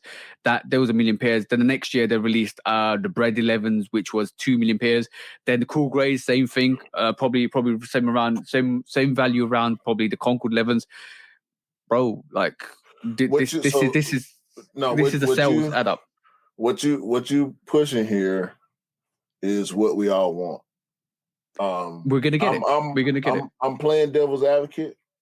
It's good. It's good too. For sure. And like, but I'm one. What you giving us right now is what we all want to hear. Is that Nike and Jordan brand on this release is as smart as we hope they are, bro. Because ain't no way in hell they can make 3 million pairs of this. They gonna sell, bro. All I'm gonna say is one noise, cha-ching. That's what they're seeing, cha-ching. Bro, they can make 5 million of these. They gonna sell. But why wouldn't they? Look, bro. All I'm saying is, end the year, end the time. They're thinking. Look, every year there's been one sneaker that's massively produced. You know why? It makes it. Because you got to give them something. You got to give them a reason to come back. Yep, bro. Last year, before this sneaker was announced, what did I say? You got to give them a reason to come back, bro. This is the reason to come back. Yep. However, they can't panda dunk this. Yeah, we want them to. I want them to. They're not going to panda dunk this. I wouldn't give a damn. They make 10 million, make 15 million of these. I'm gonna buy 5 of them. I'm gonna buy a pair when they come out. I'm gonna buy a pair 2 months later. I'm gonna buy a pair every time they restock. I'm gonna be on it. I know, bro. and it's gonna be one of those sneakers. All I'm telling you guys, what I'm telling you guys, right, is facts. I analyzed it and I broke it down and I've seen all the angles and I've seen these resellers panicking. I know the situation. This is a pattern bred one situation, even if you believe me or not. This is a pattern bred one situation, right? I don't believe you can compare this to the pattern bred. No, apart from the fact that it's going to be a little bit more harder to get. This is a pattern bred one situation. The way you look at the release, it's going to happen that way. But what I'm trying to tell you is the reason why I'm telling you this, guys. Don't play that pre-sale. Wait for it to release, and then go in as hard as you want to get the pairs you want. You will get them. This is over or under situation right here. Now, what you saying? What the last point you were just making? Even though I cut you off, because you ain't have to say that, bro. If I'm putting in every single raffle. Every single raffle, period. For one pair. If I get one, I'm satisfied. I want 2. Yeah, I want 2. If I get one, oh Lord. We done lost him. We done got too heated. Sorry, bro. Sorry, I don't know. We get too excited about these Chicago. Yeah. But we get too excited. You'll be a fool. You'll be a fool, in my opinion. If you like wearing tennis shoes, sneakers, basketball shoes, whatever you want to call them, whether you call yourself a sneakerhead, a collector, or whatever or not, you will be. Everybody needs this shoe. This for everybody. Nike, hopefully Nike understand that to the point of where they overproduced it, right? I wouldn't give a damn if they overproduced it. I could be in the same place, Spider-Man, everybody. Oh, you got on, everybody got on Chicago Lost and Found One. I'm cool. Yep. That's fine. Yep. That's what we want, right? That's what we want. It's going to either be what we want or it's going to be a situation. It's going to be over or under. I don't think it's going to fall because the pattern bred, I think that was more of a in the middle type of release. Yeah, but like let's put that into context, right? We're right. There's so much hype for this Chicago one. We're right. There's so much desirability for the Chicago one, and I just feel resellers have taken advantage of that situation. And as soon as they heard there's over half a million, as soon as they heard there's over half a million pairs, they're panicking because let's put this in context. This sneaker's got more pairs than the taxis. This sneaker's got more pairs than I'm saying this with the pinch of salt because I know this is the sneaker that's desired and this will sell out. This has got more pairs than the taxis. This has got more pairs than the Pollens. This has got more pairs than the Pattern ones. This has got more pairs than any other Jordan one you could ever think of. Right? So they're giving it to you. They're giving it to you. The resellers out there probably either giving you fake news or basically picking up as many pairs as possible to sell for pre-sale as possible because they know once a sneaker releases, the price is going to tank. And when the news broke about for over half a million pairs, I love the fact they said over. Remember that over. When they said there's over half a million pairs of these sneakers, be it all full size ones, doesn't matter, whatever, right? The sneaker actually went up in price a bit on resale. I monitor this stuff. The sneaker went up in price, and Scott's like, "Look, the price has gone up." Don't worry, bro. Don't worry, it'll crash. And then 2 weeks later, look what it's done. Crashed. Don't sit here and think the panic. I'm talking to you, sneakers fresh out the box. So you sent me a message saying I'm worried. Don't worry. You just go in as hard as you can for the raffles. You will get a pair. And I said this with the taxi ones to you because you're worried about taxi ones and you got a pair. I'm saying this with the Chicago Lost and Found because you will get a pair if you go in hard enough. You get a player. Don't sleep on release day because these are a very desired commodity. I'm not telling you guys to sleep. Don't worry. Don't blah blah. Go in as hard as you want. Don't pay that pre-sale price. Don't get sold a dream. Don't get sold a pipeline, and all of a sudden you're like, even if it comes out on retail day and you can't get a pair, the resale ain't gonna be £700. It's gonna be lower. Trust me, it's gonna be lower. You're going to be hitting about £250 to £300. I predict this. You don't pay £1,000 for a sneaker to a couple of months out because you think it's gonna be you've been sold a pipe dream, and because who will sell your pipe dream? A reseller's going to sell you any dream you want to sell that sneaker to you. Why? I'm not convinced. I'm not convinced, bro. It's not. People, believe and you shall achieve. Yeah, like you gotta go for what you know. At the end of the day, bro, like all this. Yeah. All these many and that many and what they going for. But I'm not finna get, I ain't got $800 for $1,000. No. Come on, bro. No. It ain't even came out yet. I have the same confidence I had with the Bread Force, with the Black Cement 3s, with the Fire Red 3s, with any OG sneaker. I said this, OG sneakers are gonna be mass produced. And you know what the beautiful thing about this Lost and Found is? It's the holiday sneaker, bro. It's the sneaker that's gonna build. It's gonna be the sneaker that gives Nike the most profit for the year. It's the sneaker that everybody wants. And they're giving you all the pairs. The fact that there's over 500,000 pairs and we don't even know the actual stock levels is beautiful. Like King Rod says. Number, though. That ain't even a big number though. I mean, like when we talk about we don't know the number. We don't know the number. Yeah, we know one's been historically hard to get. Ain't no like what's the number on the Mochas? It was hella Mochas. What's the number on UNC ones? It was hella UNC. What's the number on Hyper Royal one? It was hella Hyper Royal. Like, come on, bro. I ain't them numbers and all that shit. Man, don't worry about all that. Go for the shoe if you want the shoe. Exactly. You will be a fool to think that it's not hype.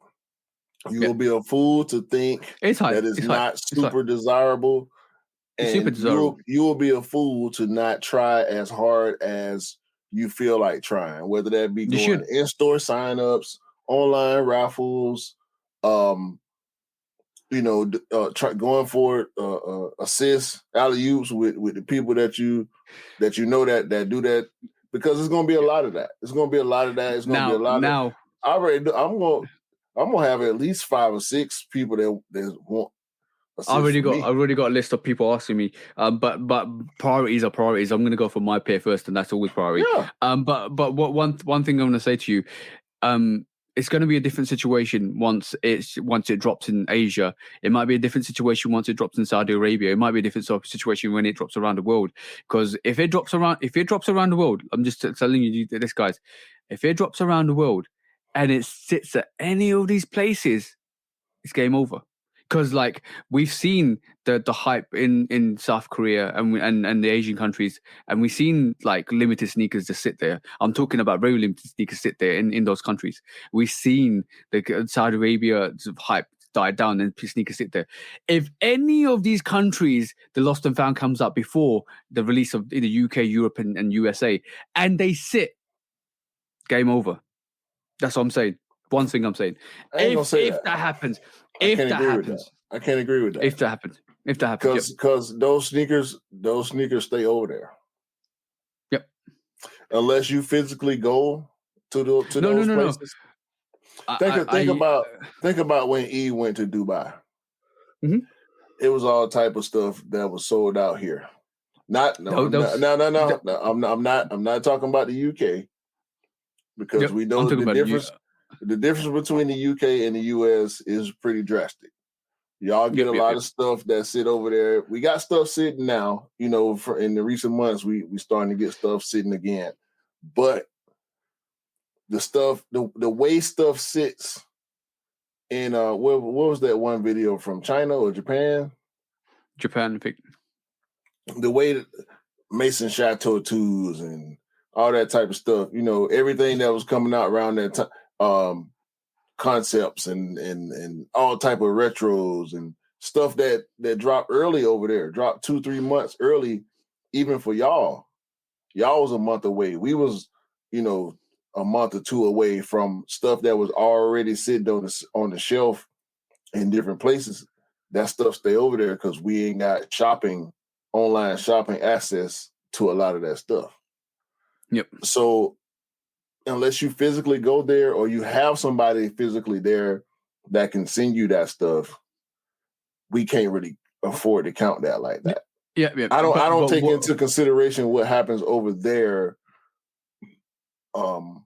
at all, really, with releases that happen here and even in the UK and EU. What I'm definitely what I'm going to say to you guys is I agree with what you're saying in terms about getting the sneakers out there. Right. What I disagree with you is the fact that the trend on releases in those countries, you find that drives down the resale price heavily. I've seen that with a lot of sneakers in the recent months. When they release. No. When they release over there, and we see them sit in Korea and in Saudi Arabia, it massively drives down the resale price on any platform, StockX, be it StockX or every platform.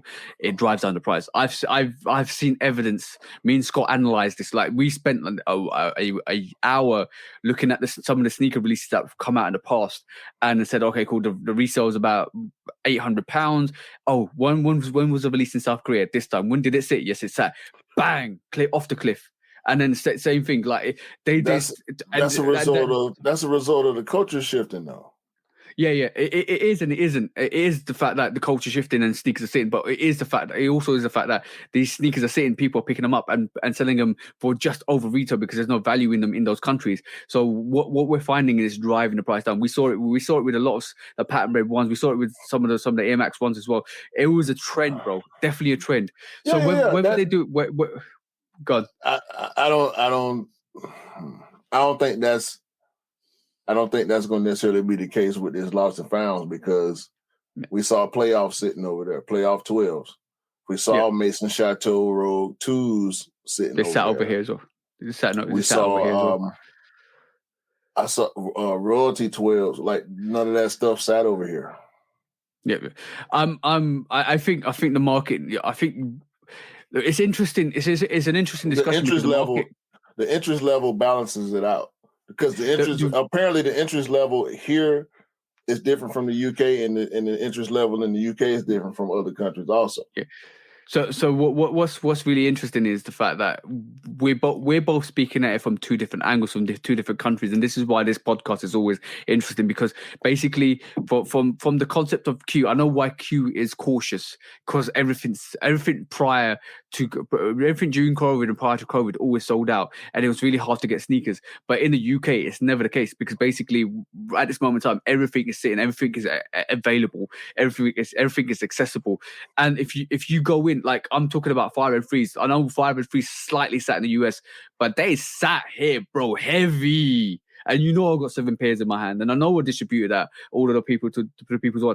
And I'm talking about every single sneaker is more readily available here. And this is why sneakers fresh out the box is like, if you can get me a pair, because I don't care. I want to pay that shipping cost. I don't care. I want it. And I understand that, because I know a lot of people in the States are a lot of people in the States are worried, because obviously the Chicago is going to be harder to get in the US than it is everywhere around the world. I can guarantee that it's going to be. And I don't know what I'm saying, and you're taking it in and it's resonating, and you're like, "Cool, I understand your facts, but it's going to still be a problem." I agree with you, bro. In the States, it's going to be a problem. In the UK, it's going to be a problem, but it's going to be more of a problem in the States than it is in the UK.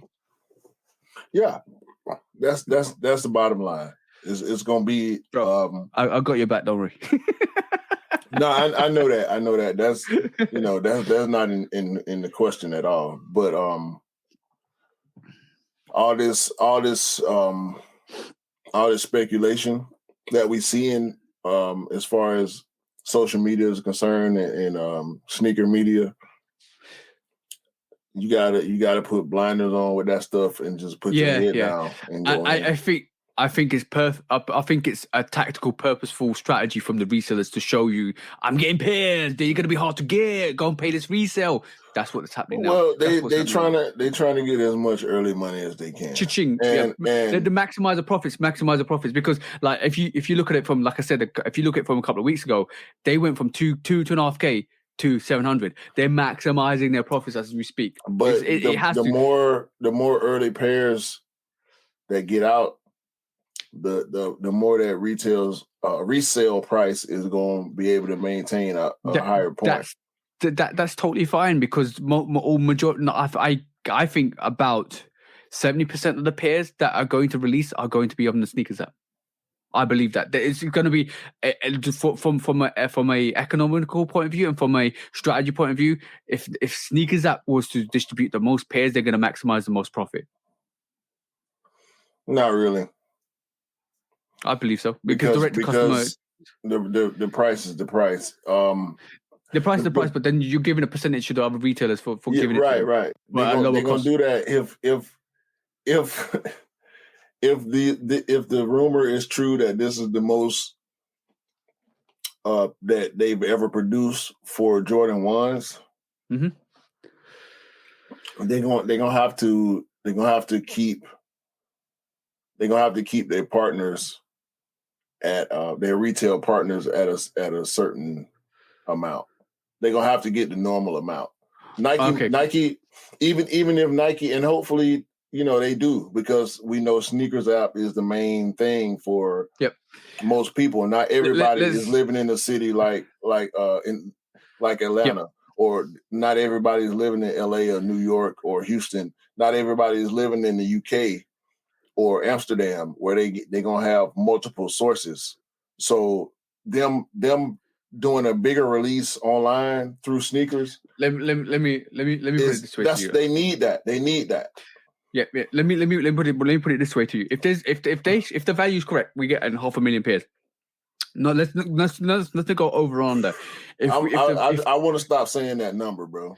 I really want to stop saying that number, bro. I want to give you a percentage. I want to give you a percentage. I want to give you a percentage, right? Let's break. I'm all about figures, guy. Let's break this down. 500,000 pairs, and they gave 30% to the retailers. That's still 150,000 pairs. That's still that's still like a very exclusive release for maybe like a Travis Scott one. They're giving the whole 150K pairs to the retailers. That's like a Travis Scott released in general, bro. That's a lot of pairs to the retailers. What are we comparing it to? I'm just comparing. I'm talking about as far as ones are concerned. Yeah, as far as ones concerned. Yeah. Like I don't even want to think about that part. You know can't what even I'm compare it, bro. There's never been a bigger release than this release ever. But for that's Jordan 1. speculation. Nike ain't say that. Yeah, they don't need to say that. But they don't need to say that to the point where you just have to look at what's happening with the market. That's all I'm saying, the market is, the market bro, trend is down. The market trend is down. But I keep saying this, bro. Like I keep telling you, bro. The market wasn't this when the Cool Grays dropped.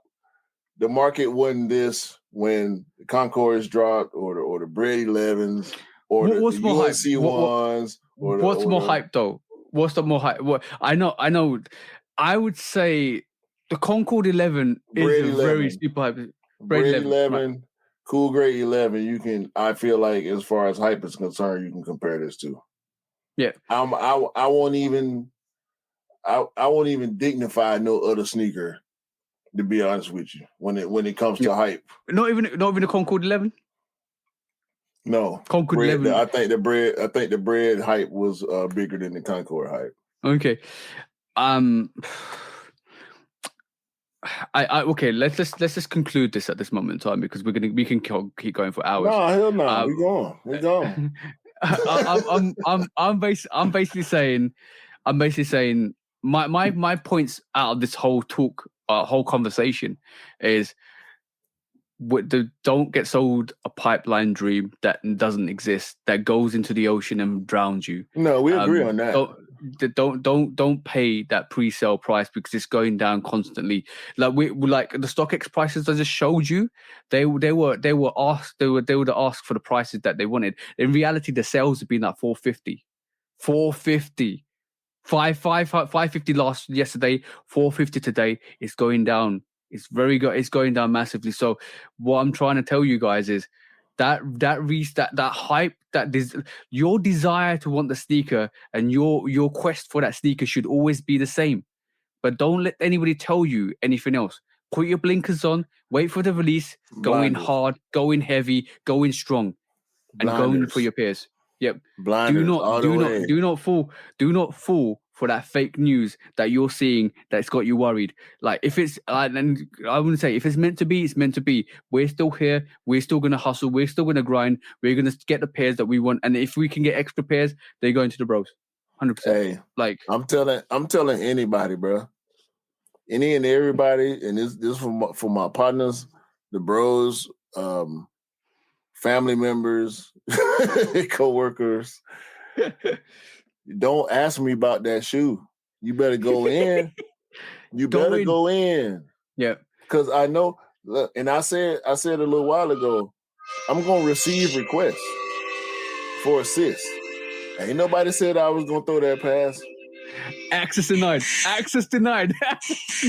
Website does not exist. Said I was gonna throw that pass, bro. Yo, by the way, I was trying to say that if you don't go in for, if you want that pair and you sleep on that pair, this is for you guys. Yellow card. You already know the situation. Go in. If you want go in for it. I did my thing. Me and my wife, we did our thing with the Cool Grays last year. Yeah. We were able. We came out with everybody happy except for one person that asked for an assist. Yeah. I ain't got no time this year. I ain't got no time. I have full faith. I have full faith in my predictions. To the point where I truly believe what I actually said in my predictions is going to come true, because like for me personally, I see the writing on the wall. I see the movements, I see the strategies, I see the angles, I see what's happening, I see the panic. I see the slight panic from consumers, I see the massive panic from resellers, and I'm sitting back and analyzing, and I'm laughing. I was like, yeah, I know what's going to happen. And I've had discussions constantly with the taxis, with the 503s, with the Pollens, with all of those sneakers, and lucky true to this point, I've been spot on all those cases, and I pray for everybody's sake that I'm spot on with this, because if the situation is a situation I think it's going to be, and everybody gets their pairs, I will be so happy for everybody because everybody deserves a pair of those lost and founds. If you really want that sneaker, everybody deserves a pair of those lost and founds. And if when everybody gets a pair of those lost and founds, you're welcome, guys, because I said it. But if when everybody gets those pairs of lost and founds, when everybody gets those pairs of lost and founds, and the resellers can't sell their pairs, and the resale price drops to 200 or up to retail, you're welcome for your double ups, guys. look. Hey, God bless your predictions, bro. May they all come true. Okay. Well, they come true so far. So, yo. Do not call me the Oracle. Do not call me anything because people are starting to call me the Oracle. I'm not Oracle. I just analyze the facts and say it like it is.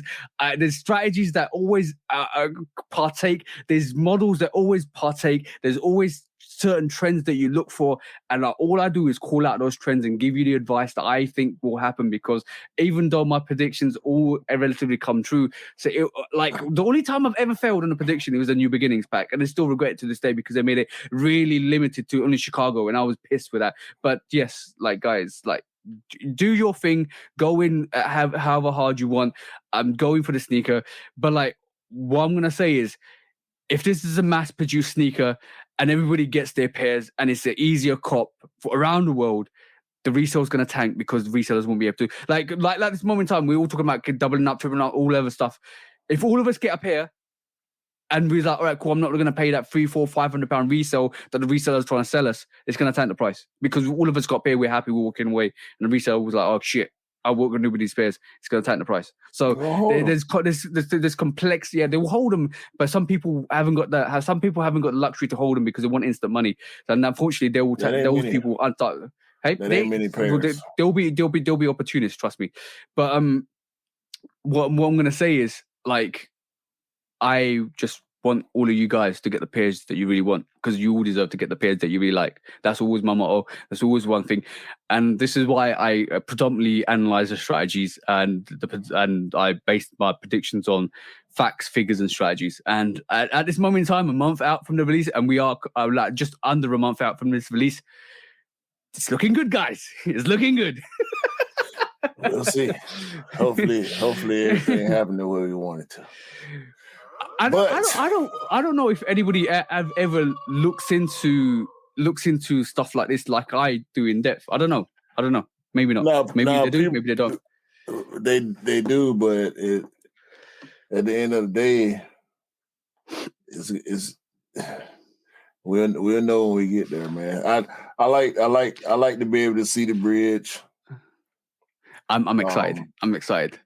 Yeah, I can see the bridge. We coming up on it, and we getting ready to step on this bridge here on fire, bro.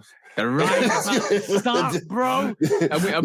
I'm also all the talk we've talked about at this moment in time is just the resale and the predictions on the retail and blah blah blah. We've not talked about the cost of living. We've not talked about how the price of living, and we've not talked about inflation on mortgages. We know. Look. All of that is life. Yeah. Life is constant. That's the one thing for any and everybody that is looking at this and can and will in the future look at this. That's the one thing we all got in common. Life is constant at the moment for all of us. So we got to live it. You know what I'm saying? And then if you can afford to even care about what we're talking about, we know we at a certain place in life where we can have this conversation realistically and even afford to be able to speculate how we're going to approach this. You know what I'm saying? Hopefully everybody that has been and will be in a position to do this, make the right decisions and be able to keep moving forward past this, because we know this is going to be a thing for at least the next 4 or 5 months. This ain't going nowhere. Until they do a shot drop and everybody gets their pairs. No. It's going to live way past that. It's going to live way back. Bro, we didn't start talking about patent breads till like March, April. Yeah.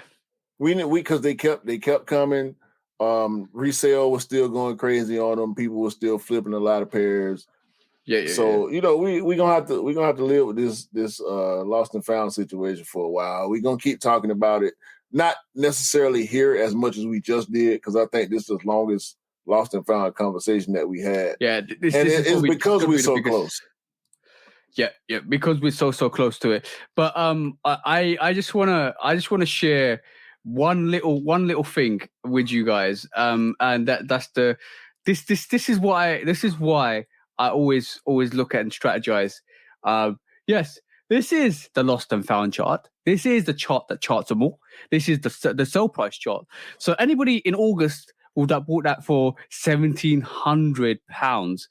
People bought this. This is sell prices, by the way. £1,700, right?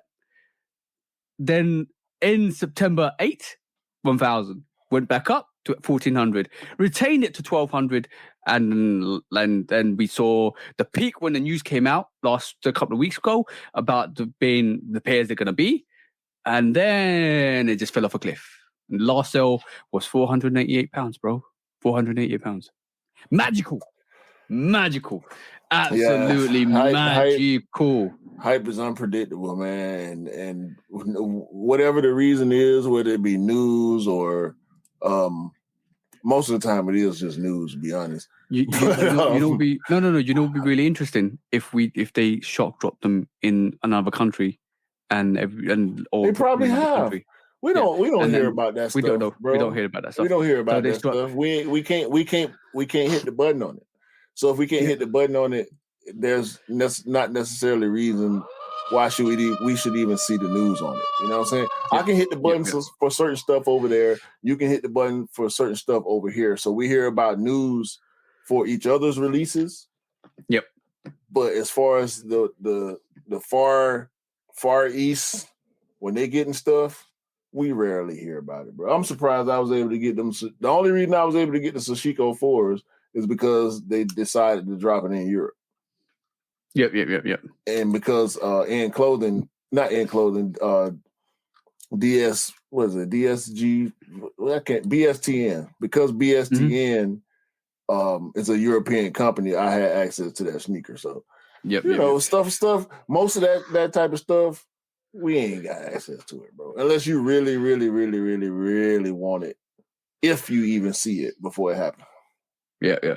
But like so far so good on my prediction on that sneaker, because basically it's I'm sorry if you can hear the thunder because it's actually raining and thundering at the moment here. But I so far so good on that prediction for the Chicago lost and found. Everything I've said to this date is relatively on the same. It's following that trend of what I've actually said, which is great. Which means like if it does follow through, and I hope it does, it's going to be amazing, because we're going to see a lot of lost and founds in the hands of all the sneakerheads that deserve to get that lost and found. And it's going to be magical, absolutely magical, to see all of you guys pick up the sneaker that we should have got years and years ago. It's such a gorgeous sneaker, the Chicago one. Mm-hmm. All right, let's leave it to that, because we've got other stories to cover, bro. And that was an in-depth deep dive onto the strategies of the lost and found. Okay, next up is it's I don't know what this is, bro. Like in terms of I don't know if you've seen this. This is interesting to me, because this is the Nick Cannon Jordan 4 sample, right? Have you seen this, bro? Yeah. Something seems off with it. I don't know. Nothing seems off to me. That shit hard. It's hard. But something doesn't sit right with me on that one. But it looks dope. What do you reckon? I don't know what you're talking about. That's hard, bro. I ain't got no other word for it. That's just hard. I do like the silver back tab is on that. I ain't got nothing to say about that. Silver laces, red laces come with it too. Good Lord. Ooh. It doesn't it look like a bit like the Eminem? So Yeah. it's better than the Eminem to me. You reckon? Yeah. Jeez, that is actually hard. That is actually hard. I hope they release that soon. I do hope they release that soon. Nah, that's a ghost. That's that one. That's it. That's the release right there. That's the release. We might get something similar a few years later, a few years down the line. Cause look, wax laces. Oh my God. Yeah. They're not giving us that, man. Clear Nah. bottom. I like the clear bottom. So, has he worn them? He has worn them, hasn't he? It looks like he's worn them. Nah, them brand new. No. Cool. I don't know when he got them from, but yeah. Maybe. I don't know. Let me see something. I think there's some. Hold on, let's have a look. I'm gonna try and pause the video when it comes there. If he worn them, we probably have on foot pictures. That look like a brand new lace. It does. Yeah, tucked in. And this got some type of hang tag or something. See the brown areas there? Right now. I think it's just a yellowing. But it looks dope. It does look dope. Dope sticker. That's crazy. Yeesh. That's crazy. Yeah, I don't want to see his collection. Get it off the screen. Get it off the screen. You're hating, bro. You're hating. All right, cool. I ain't hating. I just don't want to see it right now.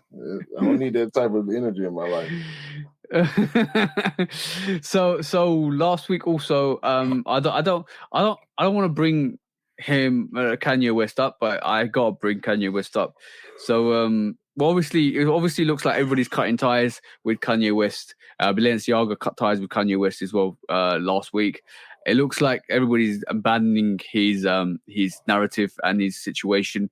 I think there's a moral to this story, and I'm going to say it at the end. But like, it's really bad. It's really bad for him to see everybody's abandoning him. But it's the consequence of your actions. What you put out is what you get back in return. And unfortunately, it looks like he's put out so much hate at the moment that he's getting that back in return. A lot of people not wanting to do business with him. It's going to affect his brand, Yeezy brand, quite heavily because he won't be able to do the collaborations he wants in future that he wanted to do in the first place. I think it's detrimental to what he said and done before. But I want to know what actually happened in that mystery discussion with Adidas. Do you know anything about that? Nah, I saw apparently people posting about it. I saw a picture with the faces blurred. I saw that as well. It seemed really weird to me. Apparently, he was pulling up pornography on screen and comparing stuff to pornography. No comment. And that's the accusations and assumptions at the moment. We don't know if it's true or not. But I ain't got no comment on none of that stuff, bro. Yeah, but it's massive to see something that happens that way and it takes down a artist. A lot of people are starting to lose respect for Kanye for what he's doing at this moment in time. Unfortunately, that's the consequences of what he's put out. But I'm just going to say, sometimes you have to be humble with it, and sometimes you got to be you got to realize your blessings before you outdo your blessings. And I think this is a situation where Kanye was quite blessed to be in the situation he was with the hard work he's put in. And I kind of think him trying to attain that different level and trying to go for a different level is he's doing it in the wrong way. And sometimes, like the comparison I can take is Jay-Z's comparison. He's very humble with it. He maneuvers silently, maneuvers with exact preciseness, and he does what he does. He keeps it really quiet, and he maneuvers it secretly. And not bragging stuff like that. I do think Jay-Z has more value, has got more capital than Kanye. I think he's at a different level there, or just above a level than Kanye. But Kanye being Kanye, I think what he did this week in the last couple of months, and to brag that I'm worth this, I'm worth that, blah this, F you, F that. I think it's coming to bite him in the arse massively.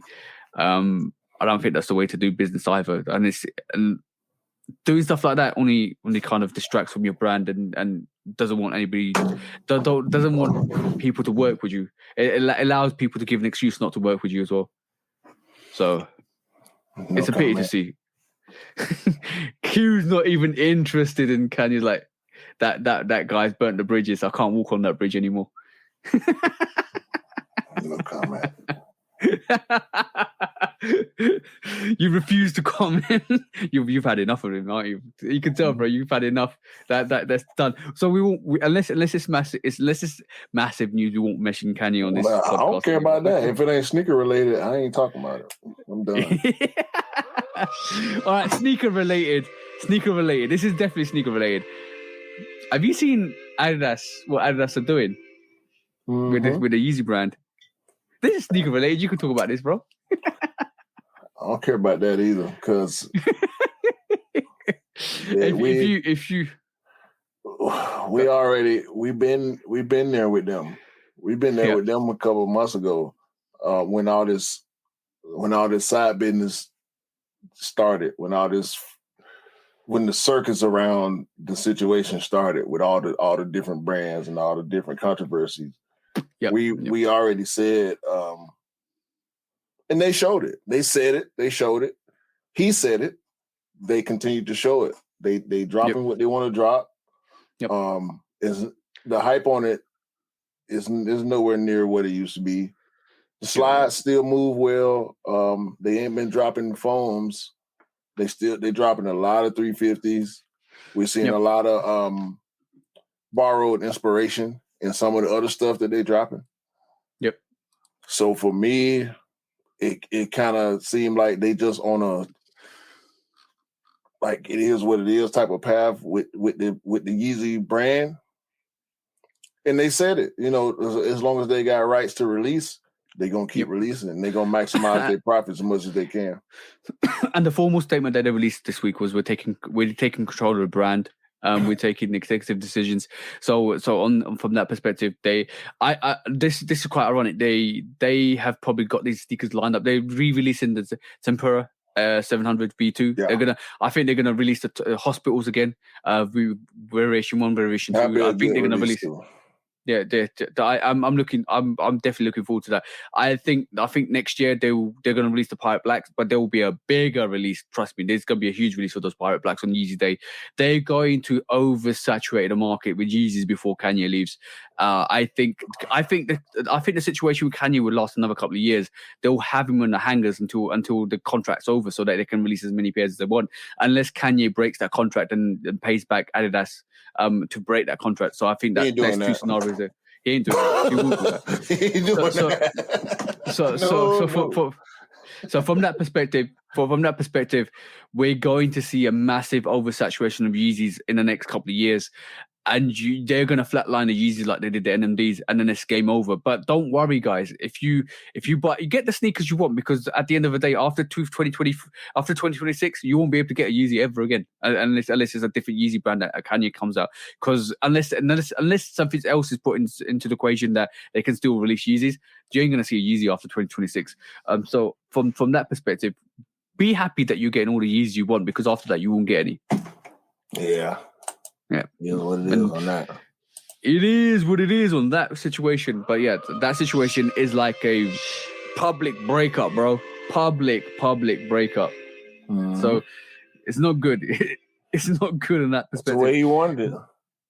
It's the way he wanted it. It's the way he came out with it and said what he said with it. Because basically, at the end of the day, Kanye being Kanye, he wants it everything his way, and unfortunately, you have to kind of be humble with it. You have to be humble with the situation and circumstances. But it is what it is, bro. It is what it is. Whatever. I like that narrative. Whatever, Kanye, do what you want.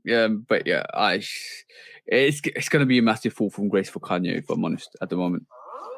Yeah. So, and then have you got anything else that you want to bring up today? No, that's it, man. I want to quickly just showcase this.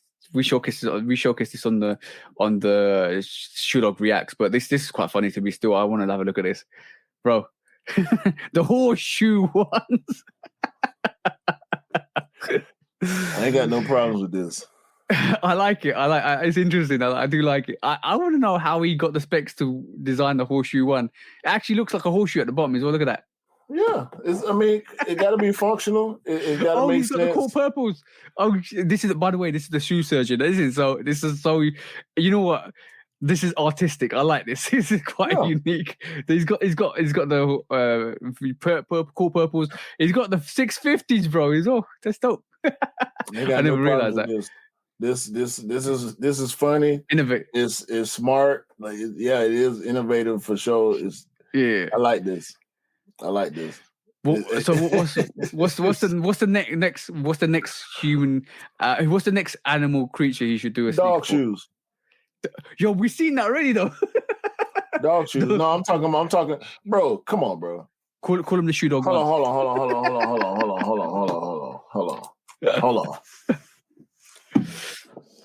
I don't know how it is out there. Yeah. People in the US love dogs. Yes, so dog people in the UK. Dog people is a culture. You know what I'm saying? Yeah. So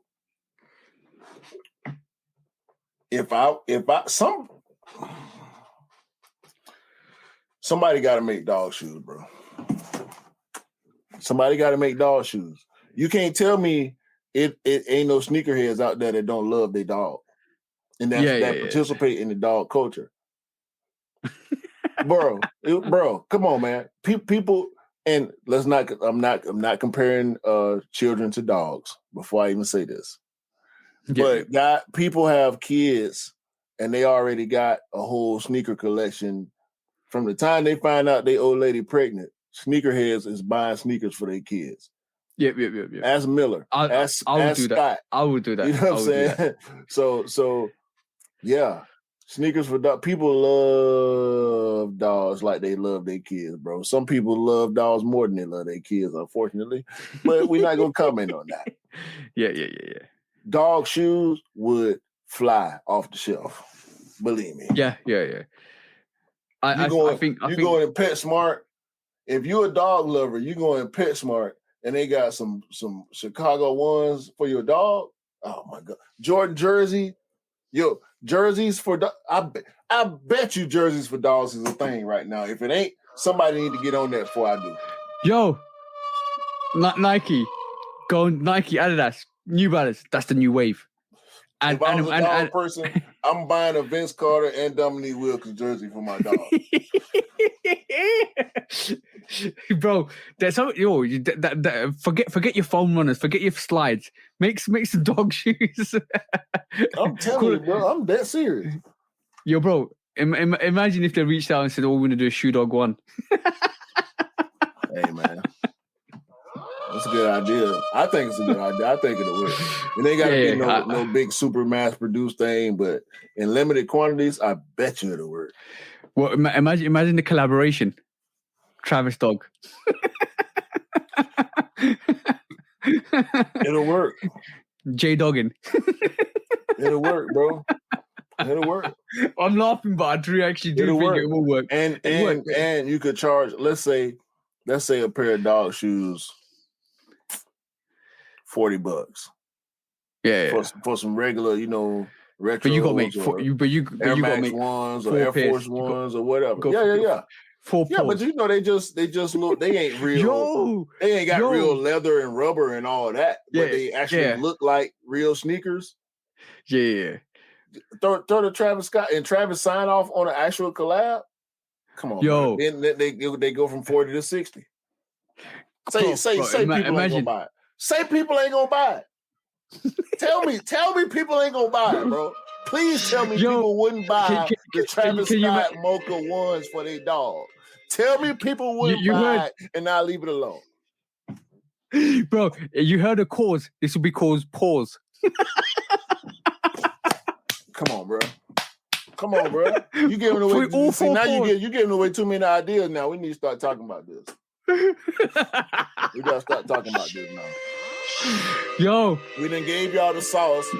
Nike, reach out. No. Nike, reach out. No. They got the sauce already.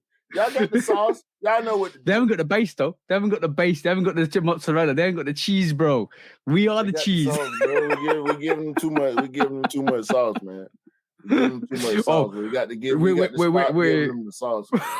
We're too We got to creative. stop. Yo, in about a couple of years' time. Okay, cool, guys. In a couple of years' time, when the podcast is very popular and we're all doing it properly, and Nike go and look at one of our old podcasts and they listen to this, and they say, "Yo, these guys had the idea. Let's go and do it." No. In about 3 years' time, if you see those dog shoe ones or shoe dog ones or with the paws and the claws, right? Yo, we said it first. We gonna do it first. That's why I'm telling you, stop giving away all the damn ideas. We gonna do it. We don't need them to do it. We don't need them to do it. Yo. Okay, We cool. don't need We might. them to do Do you think we should edit this out of the podcast? We just gotta start talking about it. It's okay. Shh. It's okay. It's okay. We just gotta stop giving them the sauce, bro. We didn't give them too much sauce already. The shoe dog ones coming to a store near you. Let episode 40 be the episode where we stop giving these brands the sauce, bro. No sauce, no sauce but ketchup. You gotta stop giving them the sauce, bro. We giving them the dry rub, the wet rub. We didn't give them the batter, the chicken batter, the seasoned fish batter. We didn't give them everything, man. We gotta stop giving them the sauce, man. Oh, bro, That's just jokes. Too much sauce. I think it's that time now, bro. Hey, ain't no better time. Let's go. When resale is too high. Damn resellers. Order.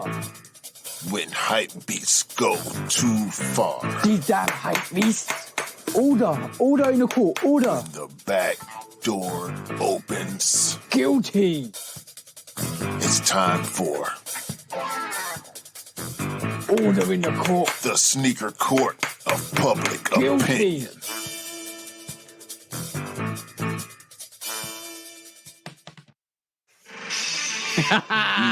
We're back. Guilty. Welcome to Shoe Dog Court of Public Opinion. I am Judge Public Opinion. I always forget the name. I am Judge Public Opinion, and you are. I know your name, bro. You're Executioner. Yes, sir. What you got today, bro? What you got today? You know what? I know we got. I know we got this one big case. Hold on. I'm talking about the weaponry of choice. Right. I know we got this. We got this one big case, and so in lieu of this case being what it is, I feel it's only right that we once again cleanse the sneaker game. Okay, so today I brought the soft bristle brush of justice. Okay, I already got my concoction mixed up. Okay, so we gonna cleanse. We're gonna cleanse the sneaker game. You bought the solution and the brush, bro. Yeah. Now I could have came with a more harsh brush, but I think at this point we in a pretty good space in the sneaker game, so we just need a light cleanup on the surface of the sneaker game and get some of this gristle and this grime and this dust and these drink spills from when you bumping up against people when you late night trying to be fresh with your sneakers on. I know about all that. Y'all might not know about that, but I know about that. Yo, bro, I just want to say, if you're looking at this on the YouTube channel, right? I just want to say that the whole, you look like the Invisible Man, bro. Hey. with this Hey. Big Bang, take little bang. Shout out to Egaso. Yeah, we represent today, man. Retro gang. It's always retro gang. So yeah. Yo, okay, cool. Because you're so passionate, I'll let you introduce the docket, bro. What's the case today? Well, this is a very unfortunate situation that we have to come to a ruling on today. We just had the big fire-filled conversation about the Chicago Lost and Founds. And come to find out, a lot of our Chicago Lost and Founds that are for us, the sneaker community, for the people. A lot of our shoes are already sitting in resale storefront stock rooms because I don't know. I wish we could find out what shop this is so they can go ahead and shut it down. They're all gone. Sorry. No. I'm not talking about the resale shop that they went to, but the actual, because those were legit shipping boxes that we saw. Do you have it? Do you have it right now? No, not on me. But basically, what some retail shop? If you look for it, I'll basically update the people. There's some retail shops actually directly shipped all the Chicago ones to Flight Club early. Yeah. So that basically they'll control basically sell their stock time. But if I'm calling out, I'm literally calling out Nike right this moment in time, and I'm saying, if your quote was serious about you fighting resellers and bots and backdooring and all of that stuff that you talked about last week or the week before, you will be checking the stock levels of these companies to see if they still got their Chicago lost and founds. You will be going back to claim back the pairs and blocking these people if they actually outdoor or backdoor these pairs, because you should have more control over your stock level from this activity happening, because you guys came out, Nike and Jordan Brand, you guys came out and said, we want to stop this culture. Now it's time to step in and stop this culture, because it's evident on social media that this is actually happening. You should go back and trace the timeline, trace where it came from, and block the stock from ever happening again. Because if you're serious, it's just time to take action. Correct. However, backdooring is not a new practice. I have been privy to some of the practices that happen when backdooring takes place, and these stores, these shops, these managers have ways to get around not having the actual product when it's time to sell it. Faux raffles is not a new thing. We've been complaining about faux raffles for years now. First come, first serve. Were you first coming and first serving? If you think of a place that's selling these sneakers, first come, first serve actually needs the sneaker to be able to ring up that sale, you're sadly mistaken. There are ways around most things on this earth. Ain't nothing new under the sun. So whichever shop these sneakers came from, they already got it set up, bro. They already got it set up. Whenever they're supposed to release, they're going to ring it up. They're going to already have the money. They're going to already have the profit from the premium that they paying, for the premium that they're charging, rather, to backdoor them, because you ain't going to backdoor them for retail. No. So they already got their money.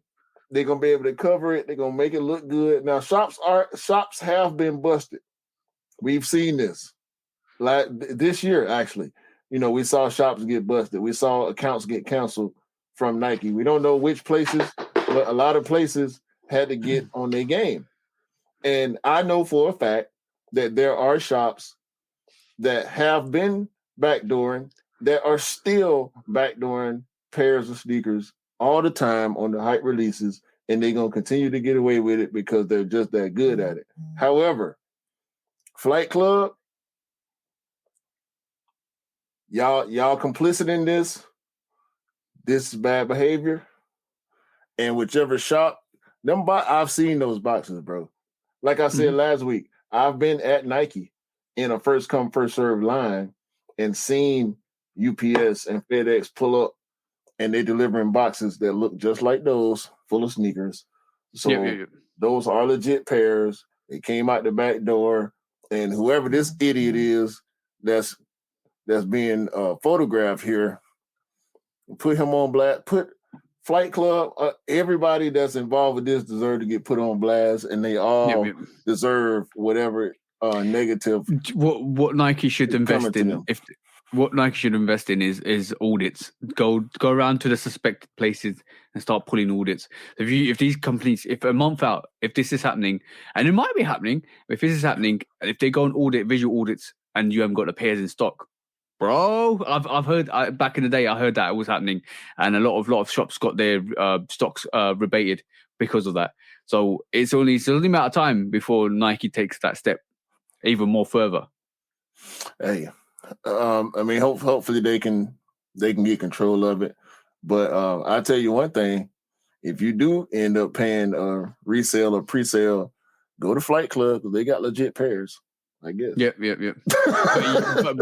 but all I'm saying is, well, we mentioned this earlier in the podcast. Let's not mention it again. But that's definitely bad practice.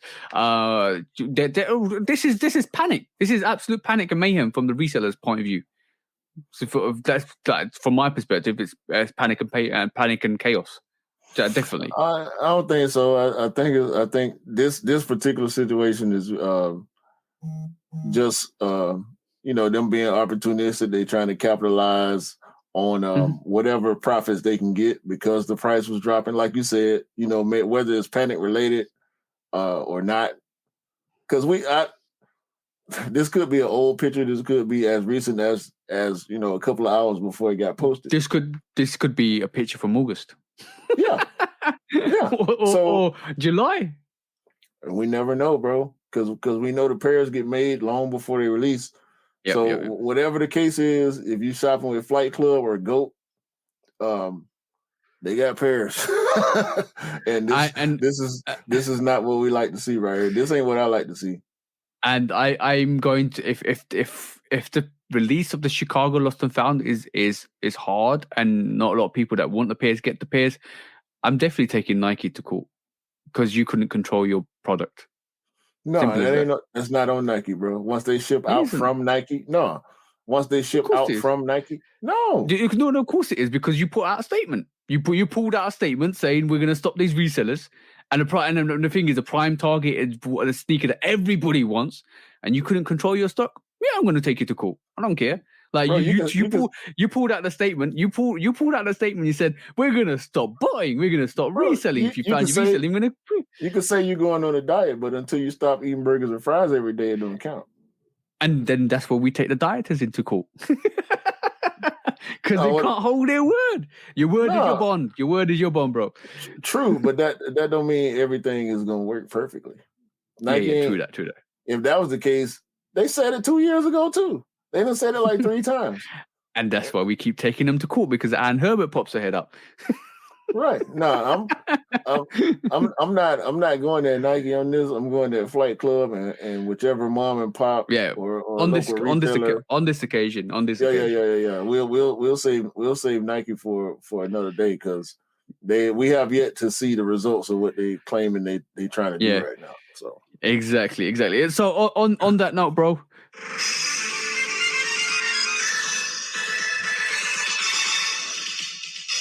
Guilty! We charge you guilty for being all that bad behavior, all that bad gossiping, all that bad drama, all that hyposteria that's got everybody panicking and trying to pay your pipe dream, trying to pay the mortgage for your pipe dreams. So on that note, what's the guilty charge, bro? Flight Club should not be allowed to get away with this. I don't know what, and obviously I'm talking legit right now. And we know Flight Club, GOAT, Foot Locker. Foot Locker should pay for this. Yep. Foot Locker should pay for this. We should not be able to enter raffles or first come, first serve. Foot Locker shouldn't be able to sell lost and founds. No. Yeah. Foot Locker is in cahoots with these people. Foot Locker probably got the most risk behind this. Foot Locker is a big corporation, a retail corporation. Y'all should have advised somebody over there. Maybe they did. That they advised somebody over here that this is not a good look and this is going to hurt business moving forward. Foot Locker, GOAT, and Flight Club all in cahoots. This is horrible. Nike, revoke Foot Locker's contract. 6 months. No 6 months. No big Nike releases. No retros. no big Air Max. No collabs. No nothing. And this is why I feel this Jordan lost. Any Jordans going forwards are more direct to customers, and this is why I've been winning more on the sneakers app than any place else now, because basically it feels like I'm winning more sneakers on the sneakers app than I ever have been anywhere else, which is great. It's the opposite for me. I've been hitting more this year, all year. I've been hitting more outside of the sneakers app. So I'm cool. I think next year might be a different trend for you guys. You might start hitting more on the sneakers app, which would be great, because that's where the core product should be. I'd rather pick up than wait for shipping. Very true, because of yeah, I understand that. On that note, we find all the resellers, all the Flight Club, everybody else guilty, charge you with rebating your stock. Like one of the prime examples is what StockX did with the Cherry 11s and the Chrome 6s, was the fact that they stopped the resale of any of these sneakers. Like, where is Flight Club's common decency to stop some of these sneakers? So some of these backdoors, like, I don't. That's in store. Most of them pairs might be gone already. Yeah, I mean, it's just two boxes. That's probably like maybe 16 sneakers, depending on what size they are. Yeah, I was about to say 20 to 16 sneakers, but don't just like Instagram is full of fake news, fake people, fake news. Right, I'm just gonna say that that's always, any social media platform is full of fake people and fake news. It's what you choose to believe is what concepts the idea of the realization of reality. So from that perspective, if you believe the fake news, your reality is going to be based on fake news and controversy and drama. If you believe the choice of real news and do your ground diligence to actually work out what the reals against the fakes are, you realize that when people tell you stock levels of limited sneakers or that you presume to be limited sneakers, then you realize they're not limited and they're selling you a pipe dream, then that possibly is a choice. But the fact with Lost and Found, we've got figures and they're directly coming from reliable sources, that goes to show that the resellers couldn't put a price context on these sneakers or a limited stock levels on these sneakers, which they tried to do in August time, they'll claim it to be kind of limited, but you can't. This is why it's good to go break down and work out what's real and what's fake. If you build your world around a fake illusion, you're always going to be panicked and always going to be sold a pipe dream. So do your due diligence, do your groundwork, do your research, research the facts and figures. Listen to what sometimes we say, because sometimes we try to give you the best advice, and then you realize the dream and the reality is a totally different comparative. Don't get sold a dream. Don't get sold a pipeline. Wait, and act on the actions of society rather than the actions of somebody that's telling you what you should believe. Simple. Yeah. I don't believe all that bullshit. Yeah, that's the one I was supposed to say. Too high. Damn resellers. Order. When hype beats go too far. These damn hype beasts. Order in the court. Order. The back door opens. Guilty. It's time for Order in the court. the sneaker court of public opinion.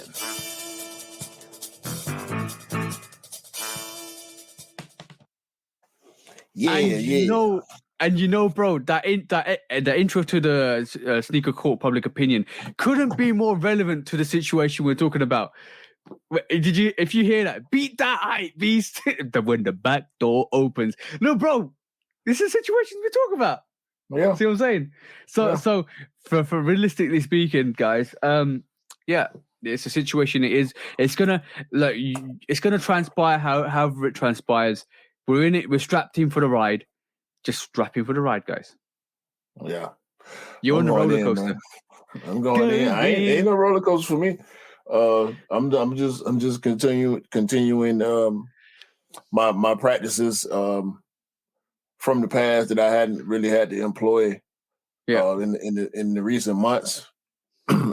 We just got to go. We got to go back in as if it was the middle of 2020, and this I just pulled these out yesterday. These great fives. These grade Bro, fives. I need to put mine on feet. These alternate grade fives were very, very, very hard to get here, and I had to put in 7-8 raffles to get my one pair. And if I'm going to use that logic, had the Chicago one come out in the middle of the pandemic, Yeah. it would have been harder than the Mocha, harder than the UNC.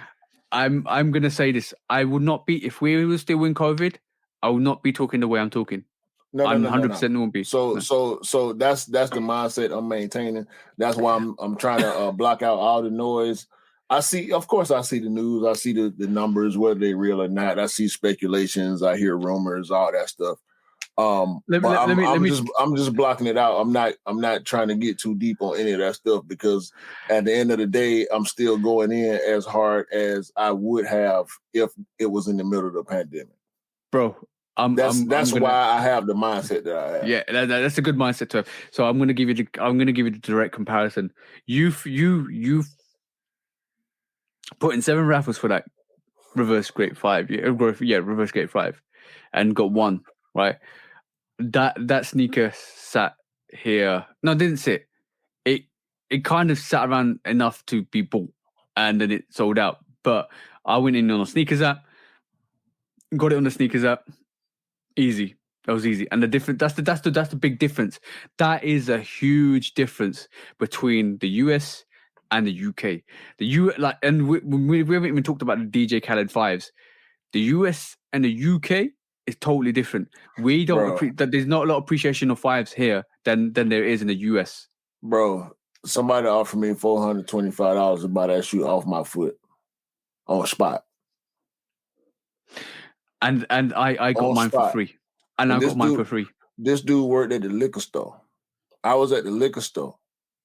And this dude, he saw him, he pointed at him, we had a short conversation about him, and the man ended up offering me $425 to take him off and drive home in my socks. Sheesh. And he worked at the liquor store, and he offered me $425. I don't know what he make. Were you tempted though? Liquor store. Were you tempted though? No. Yeah. No. I bought it because I wanted it, and I wore it because I liked it that much. This wasn't too long. This might have been like 2 weeks after the release. I didn't hesitate to put that sneaker on because it just hit me like that. It just hit me like that. So, yeah, I've got the great 5s. I've rocked them a couple of times. I need to rock them a bit more. Bro, we need to do one show in the future where we talk about, before the Khaled release. I think we'll do a show showcasing all the 5s that we got, and we'll just pull out some of the 5s. I think it's going to be an awesome show. Definitely going to be an awesome show to do that because we love 5s. We absolutely love 5s. I've picked up most of the 5s that released this year and last year and the year before and the year before that. I have, except for the ones that wasn't really invested in. I mean, you know what ones they are as well, bro. But like, yeah. I do love 5s. I do love 5s. I totally love 5s. And looking at the DJ Khaled 5s, I am. You know what? Why I'm a bit, because we talked about the Chicago Lost and Found so much this podcast. We haven't even talked about any of the other releases that are coming out in like November, December time. And there's a lot coming out in November. I know it's fine, but there's a lot of heat coming out in November, December time. And I don't know whether the black hole, the Chicago one is sucking everybody in, and everybody's not thinking about the sneakers. Which is great because a lot of people are not feeling. I'm just going to touch on this. A lot of people are not liking the DJ Khaled 5 at all. It don't matter. It don't. I know matter. It don't matter. They're still a problem. I know. Bro, every collaboration is going to be a problem. But I think that DJ Khaled 5 might do what the Air Max 1 Travis Scott did, like in terms of the availability. Wouldn't it be great to see if that happens? I can roll with that. Yeah, I can definitely roll with that. But like guys, if you guys all want to get the Chicago ones, which I think a lot of people will be able to get, it'll be good because just keep that energy. Keep that energy because I remember in year 4, I remember in year 12, the DJ Khaled 5s. We can talk about releases, even the Midnight Navy 11s, even the Cherry 11s. Nobody's talking about. Like, we could go. We could like I'm doing my hand like this constantly because like keep that energy, bro. Because there's a lot more sneakers than the Lost and Founds coming out. There's a lot more sneakers than just the Lost and Found coming out. We know that ain't gonna happen. It's just the Chicago effect. We know that ain't gonna happen, bro. It's just a blanket. It's a thin veil over a lot of the other releases because of Chicago. But the week prior, and the week of all these collabs that we get in the end of the year, Cyber Monday, bro.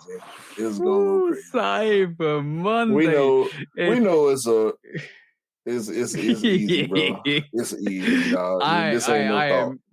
I'm excited. I'm really excited for some of the releases in full time. Full time is always. We had the question last week about what quarter would you lose? Not quarter, but what third would you lose? And we basically said you lose the first quarter, first third.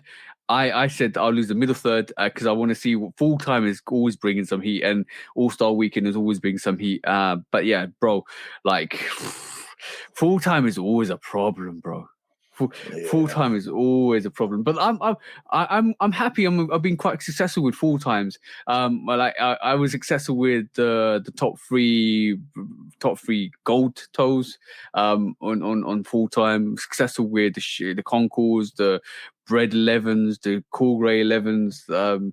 But full time sneakers are some amazing sneaker releases. So I'm hoping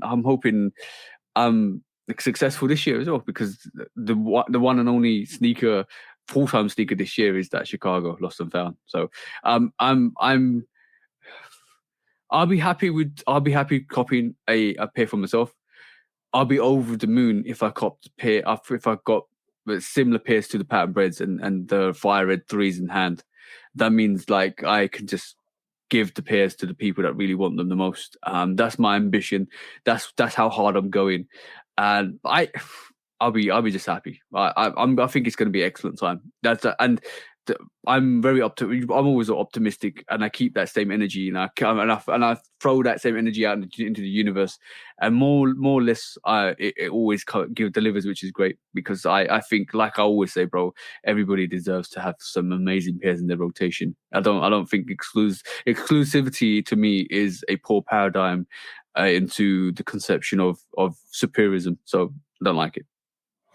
Yeah, we'll see, man. Hopefully everything work out for everybody. Yeah, that's it, man. We're sitting back. Heat. It's too much heat coming, man. We gonna take our time unraveling all these different situations. All I'm gonna say, if the chef keeps cooking, we're gonna keep eating. That's what I'm gonna say. Yeah.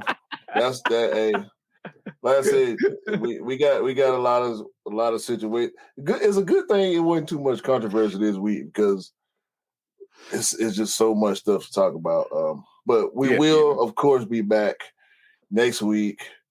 We'll have a guest next week, and we're gonna discuss more. You haven't told me who this guest is, bro. Don't worry about that. Okay, it's a surprise. We'll get to that. And by the way, next week is Halloween week, so we might be doing something special about Halloween. You know, guys. I don't know about that. No, I'm talking. Yo, I'm not telling you to dress up, bro. I don't know about that. I have you dressed up as the executioner all week, so I'm not worried about. I'm not worried about that, bro. we might actually. You know what? We might actually touch on Halloween sneakers next week, so it'll be quite a good conversation to see what the Halloween sneakers of the past were. So give us your thoughts. Let us know what sneakers you think Halloween base wise you want us to look at. So we'll have a look at them. That'll be quite good. Yep. I'm thinking out of here, man. I got things. Yeah. So for me, for TJ, episode 40. 40. Shoot Dog Podcast, man. Hopefully everybody. What? I think on the 52 when we reach episode 52, we might have to take a shot session, bro. Shot session. taking shots. or we could have some beverages to sip because 52 episodes is a year of almost like a year of doing the podcast. So we've got 12 more episodes to gear up for. But like Q's gonna break it down for you guys. Go on, Q. Sorry to interrupt you. It's all good. Yo, for myself, for TJ, man, look, we hope for the rest of the year, everybody continue to get these W's, man, in life and on these apps and these raffles and whatnot, man. Because everybody deserves to get the sneakers that they what, TJ? Because they all deserve to get the sneakers they like. Especially them Chicago's, man. Yep.